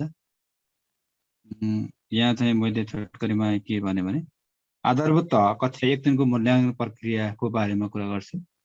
यसमा चाहिँ कक्षा 1-3 को मूल्याङ्कन प्रक्रियाको कुरा गर्दाखेरि यहाँ चाहिँ अहिले निरन्तर विद्यार्थी मूल्याङ्कन नाम दिएका छैनौँ हामीले। हाल नेपालमा कक्षा 1 देखि 3 सम्म कुन मूल्याङ्कन प्रणाली अपनाइएको छ भन्यो भने यहाँ चाहिँ हामीले सिकाइका लागि मूल्याङ्कन भन्नुपर्ने हुन्छ। अर्को सिकाइ उपलब्धिमा आधारित मूल्याङ्कन भन्नुपर्ने हुन्छ। दुईटा कुरा सम्झिनु होला। सिकाइका लागि मूल्याङ्कन असेसमेन्ट फर लर्निङ, अर्को सिकाइ उपलब्धिमा आधारित मूल्याङ्कन भन्ने कुरा जोडिदिनु होला। मूल्याङ्कन भनेको छुट्टै चाहिँ अन्तमा शैक्षिक सत्रको अन्तमा गर्ने कुरा होइन, त्रैमासिकको अन्तमा गर्ने होइन। मूल्याङ्कन भनेको दैनिक रूपमा शिक्षण सिकाइ क्रियाकलापको एउटा अभिन्न अङ्गको रूपमा मूल्याङ्कन हुनुपर्छ। हामीले चाहिँ कुन पाठ्यक्रम भएको कुन सिकाइ उपलब्धि पुरा गराउँदैछौँ भन्ने कुरा शिक्षकलाई अनिवार्य रूपमा त्यो थाहा हुनुपर्छ। र त्यो सिकाइ उपलब्धि पुरा गराउनको लागि एक्टिभिटी बनाउनुहुन्छ, विभिन्न टेक्निक मेथड प्रयोग गर्नुहुन्छ। त्यो प्रयोग गरिरहेको बेलामा कुनै एक्टिभिटी विद्यार्थीले कति पुरा गर्नुभयो, गर्न सक्नु भएन कि कति सक्नुभयो, त्यो कुरा निरन्तर रूपमा अवलोकन गरेर सिक्न नसक्ने विद्यार्थीलाई सिक्न सक्ने बनाउने कुरा नै अब अहिलेको मूल्याङ्कन प्रणाली हो। त्यसलाई निर्माणात्मक अथवा सुधारात्मक मूल्याङ्कन भन्छौँ। अब नाम चाहिँ निरन्तर विद्यार्थी मूल्याङ्कन नराखे पनि त्यसमा चाहिँ हामीले यो एक खालको निरन्तर विद्यार्थी मूल्याङ्कन पनि हो। अहिलेको पाठ्यक्रममा कक्षा 1-3 को कुरा गर्दाखेरि यसमा मूल्याङ्कनका साधन प्रक्रियाहरू पनि स्पष्ट रूपमा उल्लेख गरेको छ। र यसपछि अर्को चाहिँ विशेष गरी यो हरेक विद्यार्थीको पोर्टफोलियो भनेको चाहिँ कार्यसञ्चिका अनिवार्य बनाउने भनेको छ अहिले। त्यो भनेको चाहिँ विद्यालयमा अहिले नेपाल सरकारबाट प्रति विद्यार्थी 100 रुपियाँ निरन्तर विद्यार्थी मूल्याङ्कनको नाममा गएको छ हरेक विद्यार्थीको बारेमा। तर त्यो 100 रुपियाँले पुग्छ भन्ने कुरा त होइन। एउटा विद्यार्थीको एउटा फाइल बनाउने, त्यो फाइलमा चाहिँ विशेष गरी त्यो पोर्टफोलियोमा विद्यार्थीको व्यक्तिगत विवरण, पारिवारिक विवरण, हाजिरी विवरण, अनि विद्यार्थीले गरेका जति पनि एक्टिभिटीहरू छ, त्यो क्रियाकलाप, परियोजना कार्य, गृह कार्य, प्रयोगात्मक कार्य, कक्षा कार्य, यस्ता कुराहरू चाहिँ अब त्यहाँ समावेश गर्नुपर्छ। अनि अरू विशेष खालका क्रियाकलाप गरेको छ विद्यार्थीले भने पनि त्यो कुरा पनि त्यसमा समावेश गर्नुपर्छ। थिमगत र विषयगत उपलब्धि विवरण त्यहाँ राख्ने काम गर्नुपर्छ भनेको छौँ। प्रत्येक थिमको अन्तमा चाहिँ अभ्यास दिएको छ, त्यो अभ्यास गर्न लगाएर त्यो पनि हामीले पोर्टफोलियोमै राख्नुपर्छ भन्ने कुरा गरेका छौँ। अहिलेको मूल्याङ्कनले विशेष गरी यहाँ हेर्दाखेरि यो हरेक सिकाइ उपलब्धिमा आधारित मूल्याङ्कन भनेका छौँ हामीले है। सिकाइ उपलब्धिमा आधारित मूल्याङ्कन भनेर भनेका छौँ। त्यहाँ हरेक सिकाइ उपलब्धिलाई हामीले विद्यार्थीले जुन सिकाइ उपलब्धि विद्यार्थीले हासिल गरेको स्तरलाई 4 भागमा भनेको छ। त्यो 4 भागमा भनेको यो यहाँ हेर्नुभयो भने जस्तो हरेक सिकाइ अहिलेको मूल्याङ्कन 1 दिनको के हो त सिकाइ उपलब्धिमा आधारित हो नि हैन भनेको छौँ हामीले। त्यो प्रत्येक सिकाइ उपलब्धिमा विद्यार्थीले कतिको हासिल गरेको छ हासिल गरेको स्तरलाई हेरेर हामीले अङ्क दिने भनेको छौँ 1 देखि 3 सम्म।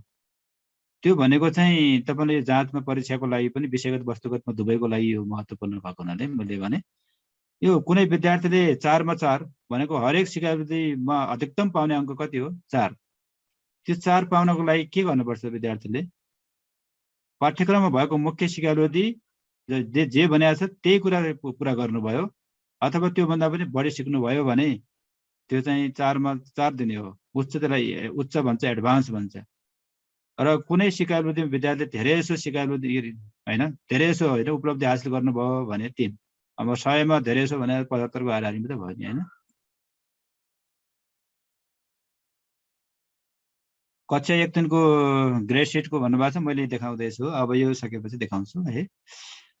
यसपछि अर्को चाहिँ धेरै जसो सिकाइ उपलब्धि हासिल गरे म 3 त्यसलाई राम्रो प्रोफिसिएन्ट। आंशिक रूपमा हासिल गरेमा थोरै थोरै भए पनि हासिल गर्नुभयो भने 2 बेसिक सामान्य। र सिकाइ उपलब्धि हासिलै गर्न सक्नु भएन भने बिलो बेसिक कमजोर भन्छौँ त्यो भनेको 1 नम्बर दिने भनेका छौँ। त्यसै कारणले हरेक सिकाइ उपलब्धिको फुल मार्क्स कति भयो अधिकतम 4 भयो। कि बच्चाले त्यो सिकाइ उपलब्धिमा 4 पाउँछ कि 3 पाउँछ कि 2 पाउँछ कि 1 पाउँछ यो चाहिँ हैन। यो कुरा चाहिँ हाम्रो हरेक सिकाइ उपलब्धिमा हामीले व्यक्तिगत रूपमा हामी गर्छौँ। त्यसको लागि अब यहाँ उपलब्धि प्रतिशत निकाल्ने भनेको छ। यो त अब यहाँ भन्नु परेन यो पछि तालिमको कुराहरू हो। यहाँ अहिले परीक्षाको लागि मात्रै भन्छौँ। यो विद्यार्थीको उपलब्धि प्रतिशत हरेक थिमको उपलब्धि प्रतिशत निकाल्ने फर्मुला भनेको चाहिँ यो विषयगत निकाल्ने फर्मुला पनि यही हो। अनि त्यसपछि अर्को चाहिँ एउटा थिमको निकाल्नु पर्यो भने पनि त्यही हो। यसमा हरेक थिममा थिमगत उपलब्धि प्रतिशत निकाल्नु पर्यो भने त्यो थिममा पाएको जम्मा अङ्क कति हो हैन। थिममा पाएको जम्मा अङ्क कति हो त्यो माथि राख्ने। 4 भनेको अधिकतम पाउने हो हरेक सिकाइ उपलब्धिको हैन अधिकतम पाउने अङ्क 4। अनि त्यो थिममा कतिवटा सिकाइ उपलब्धि थिए सिकाइ उपलब्धि संख्या जोड्ने इन्टु 100 गरेपछि एउटा थिमको आयो। उदाहरणको लागि मैले यहाँ जस्तो नेपाली विषयमा देखाएँ। जस्तो नेपालीको कक्षा 1 मा म र मेरो परिवार थिम छ। विषय नेपाली विद्यार्थीको नाम रोल नम्बर हुन्छ। यहाँ सिकाइ उपलब्धि 8 वटा छन् है। 8 वटा सिकाइ उपलब्धि छन्। परीक्षण गर्ने पक्ष छ साधन छ मूल्याङ्कन गर्ने साधन। अनि यो सिकाइ उपलब्धिसँग सम्बन्धित पाठ विषयवस्तु पठन गरिसकेपछि अनि गरिसकेपछिको मिति हो। अनि मूल्याङ्कन गर्दाखेरि कति आयो यो सिकाइ उपलब्धिमा बच्चाको कति आयो हरेकको पाउने कति हो अधिकतम कति हो 4 3 2 1 मध्ये एउटा हो। यसमा चाहिँ 4 पाउने हो कि 3 पाउने हो कि 2 पाउने हो कि 1 पायो भनेको शिक्षकलाई थाहा हुन्छ। यहाँ चाहिँ अङ्क दिने हो। यहाँ अब यसमा मानौँ अब यहाँ हैन 3 पायो अर्कोमा 2 पायो अर्कोमा 4 पायो अर्कोमा 1 पायो भनेपछि 8 वटैमा उसले पाउनु पर्नेको अधिकतम कति भयो 8 चौको हरेकमा फुल मार्क्स पायो भने 8 चौको 32 हुन्छ अङ्क। भनेपछि अब सबैमा 32 के अरे 4 पाउँछ भन्ने त छैन। कुनैमा 4 पाउला कुनैमा 3 पाउला कुनैमा 2 पाउला सबै जोड्दाखेरि मानौँ अब यहाँ चाहिँ 8 वटा सिकाइ उपलब्धिमा उसले 25 पायो भने यहाँ अङ्क 25 पायो भने यहाँ सिकाइ उपलब्धिको अङ्कको जोड यहाँ 25 हुन्छ। उपलब्धि प्रतिशत भनेको चाहिँ अब फर्मुला के हुन्छ पाएको अङ्क भनेको के भयो यहाँ 32 मा हामी 25 पायो भनेपछि 25 माथि आयो। अनि 4 भनेको अधिकतम पाउने भयो। अनि मूल्याङ्कन गरेको सिकाइ उपलब्धि कति थियो त्यहाँ कति 8 वटा थियो भनेपछि 4 × 8 माथि 25 भयो भने त्यो चाहिँ अब इन्टु 100 गरेपछि प्रतिशतमा आयो। त्यसरी हामीले निकाल्ने भनेको चाहिँ हरेक विषयमा विद्यार्थीले के अरे विषय भन्दा पनि हरेक थिममा निकाल्ने भनेको विद्यार्थीले पाएको हैन जम्मा त्यो थिमभित्रका सबै सिकाइ उपलब्धिमा पाएको जम्मा अङ्कको जोड माथि राख्ने तल 4 इन्टु मूल्याङ्कन गरेका सिकाइ उपलब्धि संख्या इन्टु 100 गरेपछि थिमको आउँछ। त्यसै गरी विषयको निकाल्ने हो भने पनि सबै अब यहाँ चाहिँ त्यो चाहिँ सबै थिमहरूमा पाएको जम्मा अङ्क माथि राख्ने तल 4 इन्टु त्यो विषयमा भएका सिकाइ उपलब्धिको संख्या इन्टु 100 गरेपछि विषयमा आयो हैन। विषयमा हामीले निकाल्न सक्छौँ। अब त्यसको लागि अब यहाँ भन्नुभएको छ अगाडि ग्रेड सिट अब उपलब्धि प्रतिशत हैन। अब यहाँनिर यो अहिलेको भर्खरै अगाडि मैले ग्रेड चाहिँ निर्देशिका 78 देखाएँ नि, अब त्यही कुरा हो यो हैन। अब हामीले यस्तो किसिमको दिन्छौँ यहाँ हेर्नुहोस् त, यो ग्रेड सिट भन्नुभएको थियो कक्षा 1 देखि 3 सम्म ग्रेड सिट। अब हामीले यो फाइनल त गरेका छैनौँ हैन, तर बच्चाले पाउनेमा हामी चाहिँ ग्रेड सिट यसरी पाउँछ। अब यहाँ जस्तो नेपालीको पाठ्य घण्टा चाहिँ हामीले चाहियो यहाँ हैन, नेपालीको 5 हो 1 2 3 मा, इङ्ग्लिसको 4 हो, म्याथमेटिक्सको 4 हो, अनि हाम्रो सेरोफेरोको 8 हो, लोकलको चाहिँ 5 हो। भनेपछि यहाँ ग्रेड के पायो उसले ए, उसमा चाहिँ नेपालीमा ए पायो, ए भनेको 3.6, इङ्ग्लिसमा ए प्लस भनेको 4, म्याथमेटिक्समा बी भनेको 2.8, सराउन्डिङमा ए भनेको 3.6, लोकलमा बी प्लस भनेको 3.2। अब यो 3.46 जिपिए कसरी आयो होला? कसैले च्याट बक्समा लेख्न सक्नुहुन्छ त? यो जिपिए कसरी आयो होला? जिपिए दिन सक्छौँ त हामीले अहिले हैन, कक्षा 1 2 3 मा जिपिए दिनु। अब 4 देखि 12 सम्म त आन्तरिक हैन, छुट्टै बाह्य छुट्टै बनाउँछौँ त हामी। कक्षा 1 2 3 मा त आन्तरिक बाह्य भन्नु परेन। भनेपछि यसमा चाहिँ ग्रेड आउँछ, ग्रेड भएपछि ग्रेड पोइन्ट आउँछ, सकिहाल्यो हैन। भनेपछि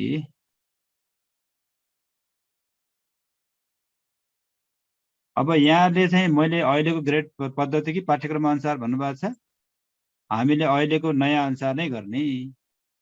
टोटल ग्रेड पोइन्ट डिभाइडेड 5 अनि गर्दाखेरि यो आउँछ त 3.46। गर्नुहोस् त, जोडेर भाग गर्नुहोस् त, आउँछ आउँदैन? 1 मिनेट तपाईलाई टाइम।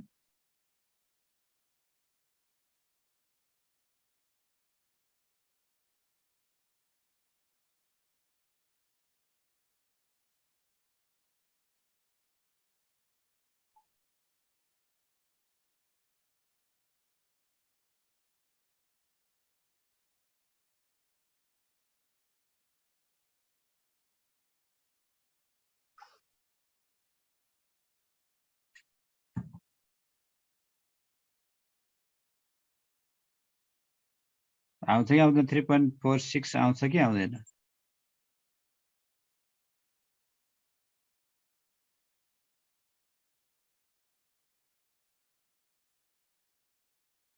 पाँचले सबैलाई जोडेर 5ले डिभाइड गर्दा 3.44 आयो, तर त्यहाँ मिलेन, आउँदैन भन्नु हो। यो कुरा यसरी गर्न पाउँदैन। जिपिए निकाल्न चाहिँ यसरी जोडेर भाग गर्न पाउँदैन हैन। जिपिए निकाल्दाखेरि यसरी जोडेर भाग गर्न त पाउँदैन नि त। क्रेडिट आवरले चाहिँ ग्रेड पोइन्टलाई मल्टिप्लाई गरेर अनि त्यसपछि मल्टिप्लाई गर्दाखेरि कति आयो त्यो सबै हैन, सबै विषयको मल्टिप्लाई गरेको सम गरेपछि टोटल क्रेडिट आवरले हामी भाग गर्ने हो हैन। जस्तो उदाहरणको लागि मैले यहाँ नमुनाको रूपमा यहाँ ल्याएँ, हेर्नुहोस् सबैले यो। अब तपाईहरु बुझ्नुहुन्छ हैन। यहाँ चाहिँ हामीले नेपालीमा 5 क्रेडिट आवर 5 हो, ए भनेको 3.6 हो, यो 18 आयो नि त। त्यो भनेको के, हामीले के गर्नुपर्छ? क्रेडिट आवर पाठ्य घण्टाले ग्रेड पोइन्टलाई मल्टिप्लाई गर्नुपर्छ, गुणन गर्नुपर्छ। 3.6 ले 5 लाई मल्टिप्लाई गर्दा 18 आयो। अब इङ्ग्लिसमा पनि 4 चाहिँ ग्रेड थियो, ग्रेड पोइन्ट 4 थियो, क्रेडिट आवर 4 भयो, 4 चौको 16 भयो। अब म्याथमेटिक्समा 4 चाहिँ क्रेडिट आवर हो, उसले पाएको ग्रेड कति हो? बी प्लस बी हो, ग्रेड पोइन्ट कति हो? 2.8। 2.8 ले 4 लाई गुणा गर्दा 11.2 आयो। त्यसपछि अर्को चाहिँ सराउन्डिङमा पनि 8 चाहिँ के हो त? क्रेडिट आवर अनुसार पो चाहिँ अब हामीले गर्नुपर्छ, त न्याय हुँदैन नि त। चाहिँ आवर सराउन्डिङ सेरोफेरोमा ग्रेड पोइन्ट 3.6, क्रेडिट आवर 8 भयो, 8 ले 3.6 लाई मल्टिप्लाई गर्दा 28.8, अनि लोकलमा पनि 5, ग्रेड पोइन्ट 3.2 ले गुणा गर्दा 16 आयो। भनेपछि अब यो टोटल आएको छ नि, मल्टिप्लाई गरेको हरेक विषयमा आएको, यो टोटललाई जोड्नु पर्यो। यहाँ जस्तो अहिले जोड्दाखेरि कति आयो? 90 आयो।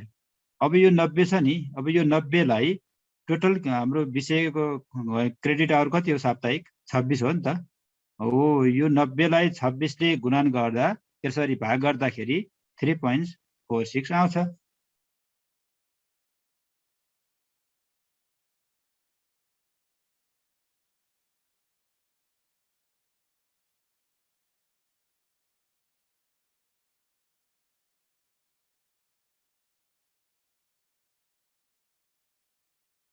भनेपछि अहिले चाहिँ बुझ्नुभयो होला। अब निकाल्ने तरिका त सबै यही हो। अब 4 देखि 12 सम्म आन्तरिक र बाह्यको छुट्टै छुट्टै गर्नुपर्छ हैन। यहाँ अहिले चाहिँ एकजना सरले निकाल्नु भएको छ, सुरेन्द्र केसी सरले हैन। ठिक छ, उहाँले गर्नुभएको सबैलाई यसरी जोडेर हैन हामीले निकाल्ने। यो खास नियम भनेको यही हो। फेरि यहाँहरूले पनि अब 4 देखि 12 पनि आन्तरिकको छुट्टै बाह्यको छुट्टै गर्नुपर्छ। फेरि त्यो दुईटा जोडेर निकाल्ने होइन। जिपिए निकाल्दाखेरि आन्तरिक बाह्य छुट्टै जोडेर अनि त्यसपछि क्रेडिट टोटल क्रेडिट आवरले भाग गर्नुपर्छ हैन, डिभाइड गर्नुपर्छ अनि आउँछ।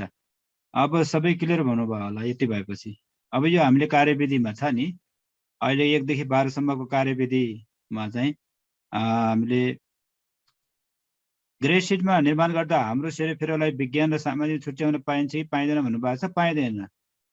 कुनै पनि यो विषय एउटै हो नि त। विषयको नाम सेरोफेरो हो। त्यहाँभित्र गएर चाहिँ उसलाई छुट्टै, विज्ञानलाई छुट्टै, सामाजिक छुट्टै त्यसो गर्न नै पाइँदैन। त्यस कारणले यो कुनै पनि हाम्रो हालतमा पनि त्यस्तो गर्न पाइँदैन। 5वटा विषय हो।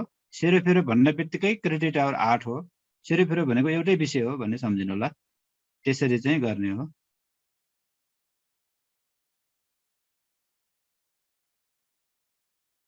क्लियर भयो भन्नुभएको छ। अझ एकपटक भन्नुभएको छ। हामीले के गर्नुपर्छ भनेपछि हरेक विषयको निकाल्दाखेरि त हैन, हरेक विषयको निकाल्दाखेरि हामीले ग्रेड त निकाल्छौँ हैन। ग्रेड निकाल्ने हरेक विषयगत रूपमा उपलब्धि प्रतिशत निकाल्छौँ नि। उपलब्धि प्रतिशत निकाल्ने भनेको चाहिँ अगाडि मैले फेरि एकपटक भने, उपलब्धि प्रतिशत निकाल्ने भनेको त यो एउटा फर्मुला हो नि। यो मैले अगाडि देखाएको थिएँ नि फर्मुला हो। अब यो फर्मुला छ नि हो। यो भनेको चाहिँ हरेक थिमको निकाल्छौँ हामीले। त्यो थिम भनेको त्यो थिमभित्रका सबै सिकाइहरूले पाएको जम्मा अङ्कको जोड माथि अपन 4 इन्टु मूल्याङ्कन गरेका सिकाइहरू। त्यो थिममा कतिवटा सिकाइहरू थिए त्यो सिकाइहरू सङ्ख्या इन्टु 100 गरेपछि एउटा थिमको आयो। त्यसै गरी अब यो त थिमको भयो। अब मानौँ एउटा नेपाली विषयको 11वटा थिम छ भने एउटाको चाहिँ थिमको आयो भने अब नेपाली विषयको समग्र निकाल्नु पर्यो भने सबै हैन, त्यो कक्षामा भएका सबै सिकाइ उपलब्धि सबै थिममा भएका सिकाइ उपलब्धिमा विद्यार्थीले पाएको जम्मा अङ्कको जोड माथि राख्ने इन्टु जोड मात्र राख्ने अपन 4 इन्टु नेपाली विषयमा हो भने नेपाली विषयमा भएका जम्मा सिकाइ उपलब्धिसँग इन्टु 100 गरेपछि त अनि विषयको आयो नि त। मानौँ अहिले चाहिँ उहाँको 92% आयो भने, उहाँको 92% मानौँ आयो भने उहाँको चाहिँ ग्रेड के भयो? ए प्लस भयो हैन। त्यो भनेको जिपिए कति, सरी ग्रेड पोइन्ट कति हो? 4 हो नि त। हो त्यसरी चाहिँ यसरी विषयगत रूपमा आइसकेपछि अनि हामीले चाहिँ यो दिने हो कि जस्तो ग्रेड दिएको छ नि अहिले नेपालीमा उहाँ ए पायो भनेपछि 90 कट्याएर हिँड्छ त। उहाँको उपलब्धि प्रतिशत 90 कट्याएर हिँड्छ। 80 र 80 देखि माथि 89 सम्म मध्ये कुनै अङ्क आएको रहेछ, अर्को प्रतिशत आएको रहेछ, त्यसैलाई हामीले ग्रेड ए दियौँ। त्यो भनेको 3.6 हो। भनेपछि हामीले यो चाहिँ विद्यार्थीले पाउने ग्रेड सिटमा यो हुन्छ। तर निकाल्ने बेला त हामीले यो प्रयोग गर्छौँ नि त फेरि हैन। निकाल्ने बेला त हाम्रो यो प्रयोग गर्छौँ। हाम्रो सफ्टवेयरमा यो हुन्छ। यो चाहिँ पब्लिस हुने बेलामा बाहिर चाहिँ प्रिन्ट हुने बेलामा यो आउँछ कि यहाँ पनि रिमार्क्समा दिनुपर्छ। रिमार्क्समा जस्तो यहाँ मैले अहिले दिएको छु नि त। जस्तो यहाँ अब हैन, अब ए भनेको अत्युत्तम हो। अब ए प्लस भनेको भए सर्वोत्तम हुन्थ्यो हैन। भनेको पछाडि कैफियतमा रिमार्क्स पनि यस्तो जस्तो माथि यहाँ विद्यार्थीको नाम, कक्षा, रोल नम्बर, विद्यालयको नाम, सङ्केत परिचय पत्र नम्बर, वर्ष, सञ्चालन भएको विद्यालय सञ्चालन भएको दिन, विद्यार्थी उपस्थित भएको दिन, अनि यो सबै विषयको कुराहरू। ग्रेड पोइन्ट एभरेज यति आयो भनेपछि हैन, यहाँ चाहिँ कक्षा शिक्षक, प्रधानाध्यापक, मिति भनेर आउँछ नि त। यो विद्यार्थीले पाउने यो चाहिँ ग्रेड सिट हो यो। अब त्यसको लागि सफ्टवेयरमा यो हुन्छ हैन। कसरी आयो भने त यो ग्रेड पोइन्टले पाठ्य घण्टालाई गुणन गरेर राख्ने, सबै विषयको राख्ने, त्यसपछि टोटल मात्रै जोडेर कति आउँछ त्यो हेर्ने। त्यसलाई चाहिँ साप्ताहिक पाठ्य घण्टाले भनेको त 1 देखि 3 सम्म 26 हो। 26ले त्यो हैन, जस्तो यहाँ अहिले 90 आयो भने 90लाई 26ले भाग गर्दाखेरि त 3.46 जिपी आयो हैन। यसरी चाहिँ हामी निकाल्न सक्छौँ यसमा।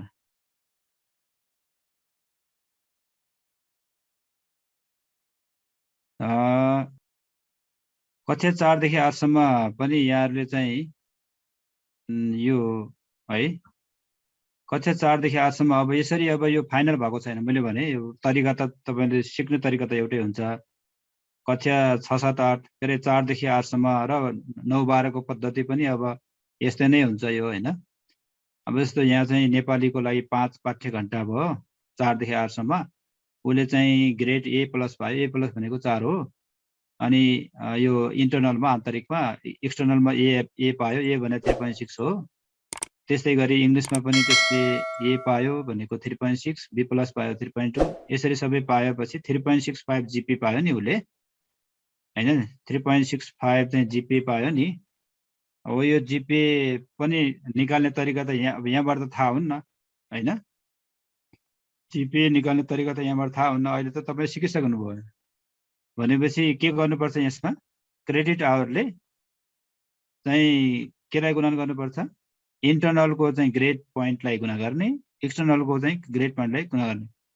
अब यहाँ चाहिँ इन्टर्नलको छुट्टै एक्सटर्नलको छुट्टै हामीले गर्नुपर्ने। जस्तो उदाहरणलाई मैले यहाँ हेर्नुस् त अहिले यहाँ अहिले देख्नुभयो नि नेपालीको एक्सटर्नलमा कति हो क्रेडिट आवर त जम्मा नेपालीको 5 हो नि त। 50% भनेको आधा भनेको 5 को आधा कति हो 2.5। 2.5 ले ग्रेड पोइन्टलाई गुणा गर्दा यहाँ जस्तो अहिले 2.5 ले 3.6 लाई गुणा गर्दा 9 आयो नि त।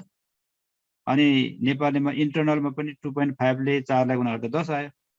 भनेपछि यहाँ हेर्नुस् त यो सबै यो इन्टर्नल र एक्सटर्नलको गुणन गरेर आएपछिको जति छ त्यो गुणन गरेर आएको भनेको जस्तो अहिले यहाँ कति आयो टोटल जोड्दाखेरि 117 आयो।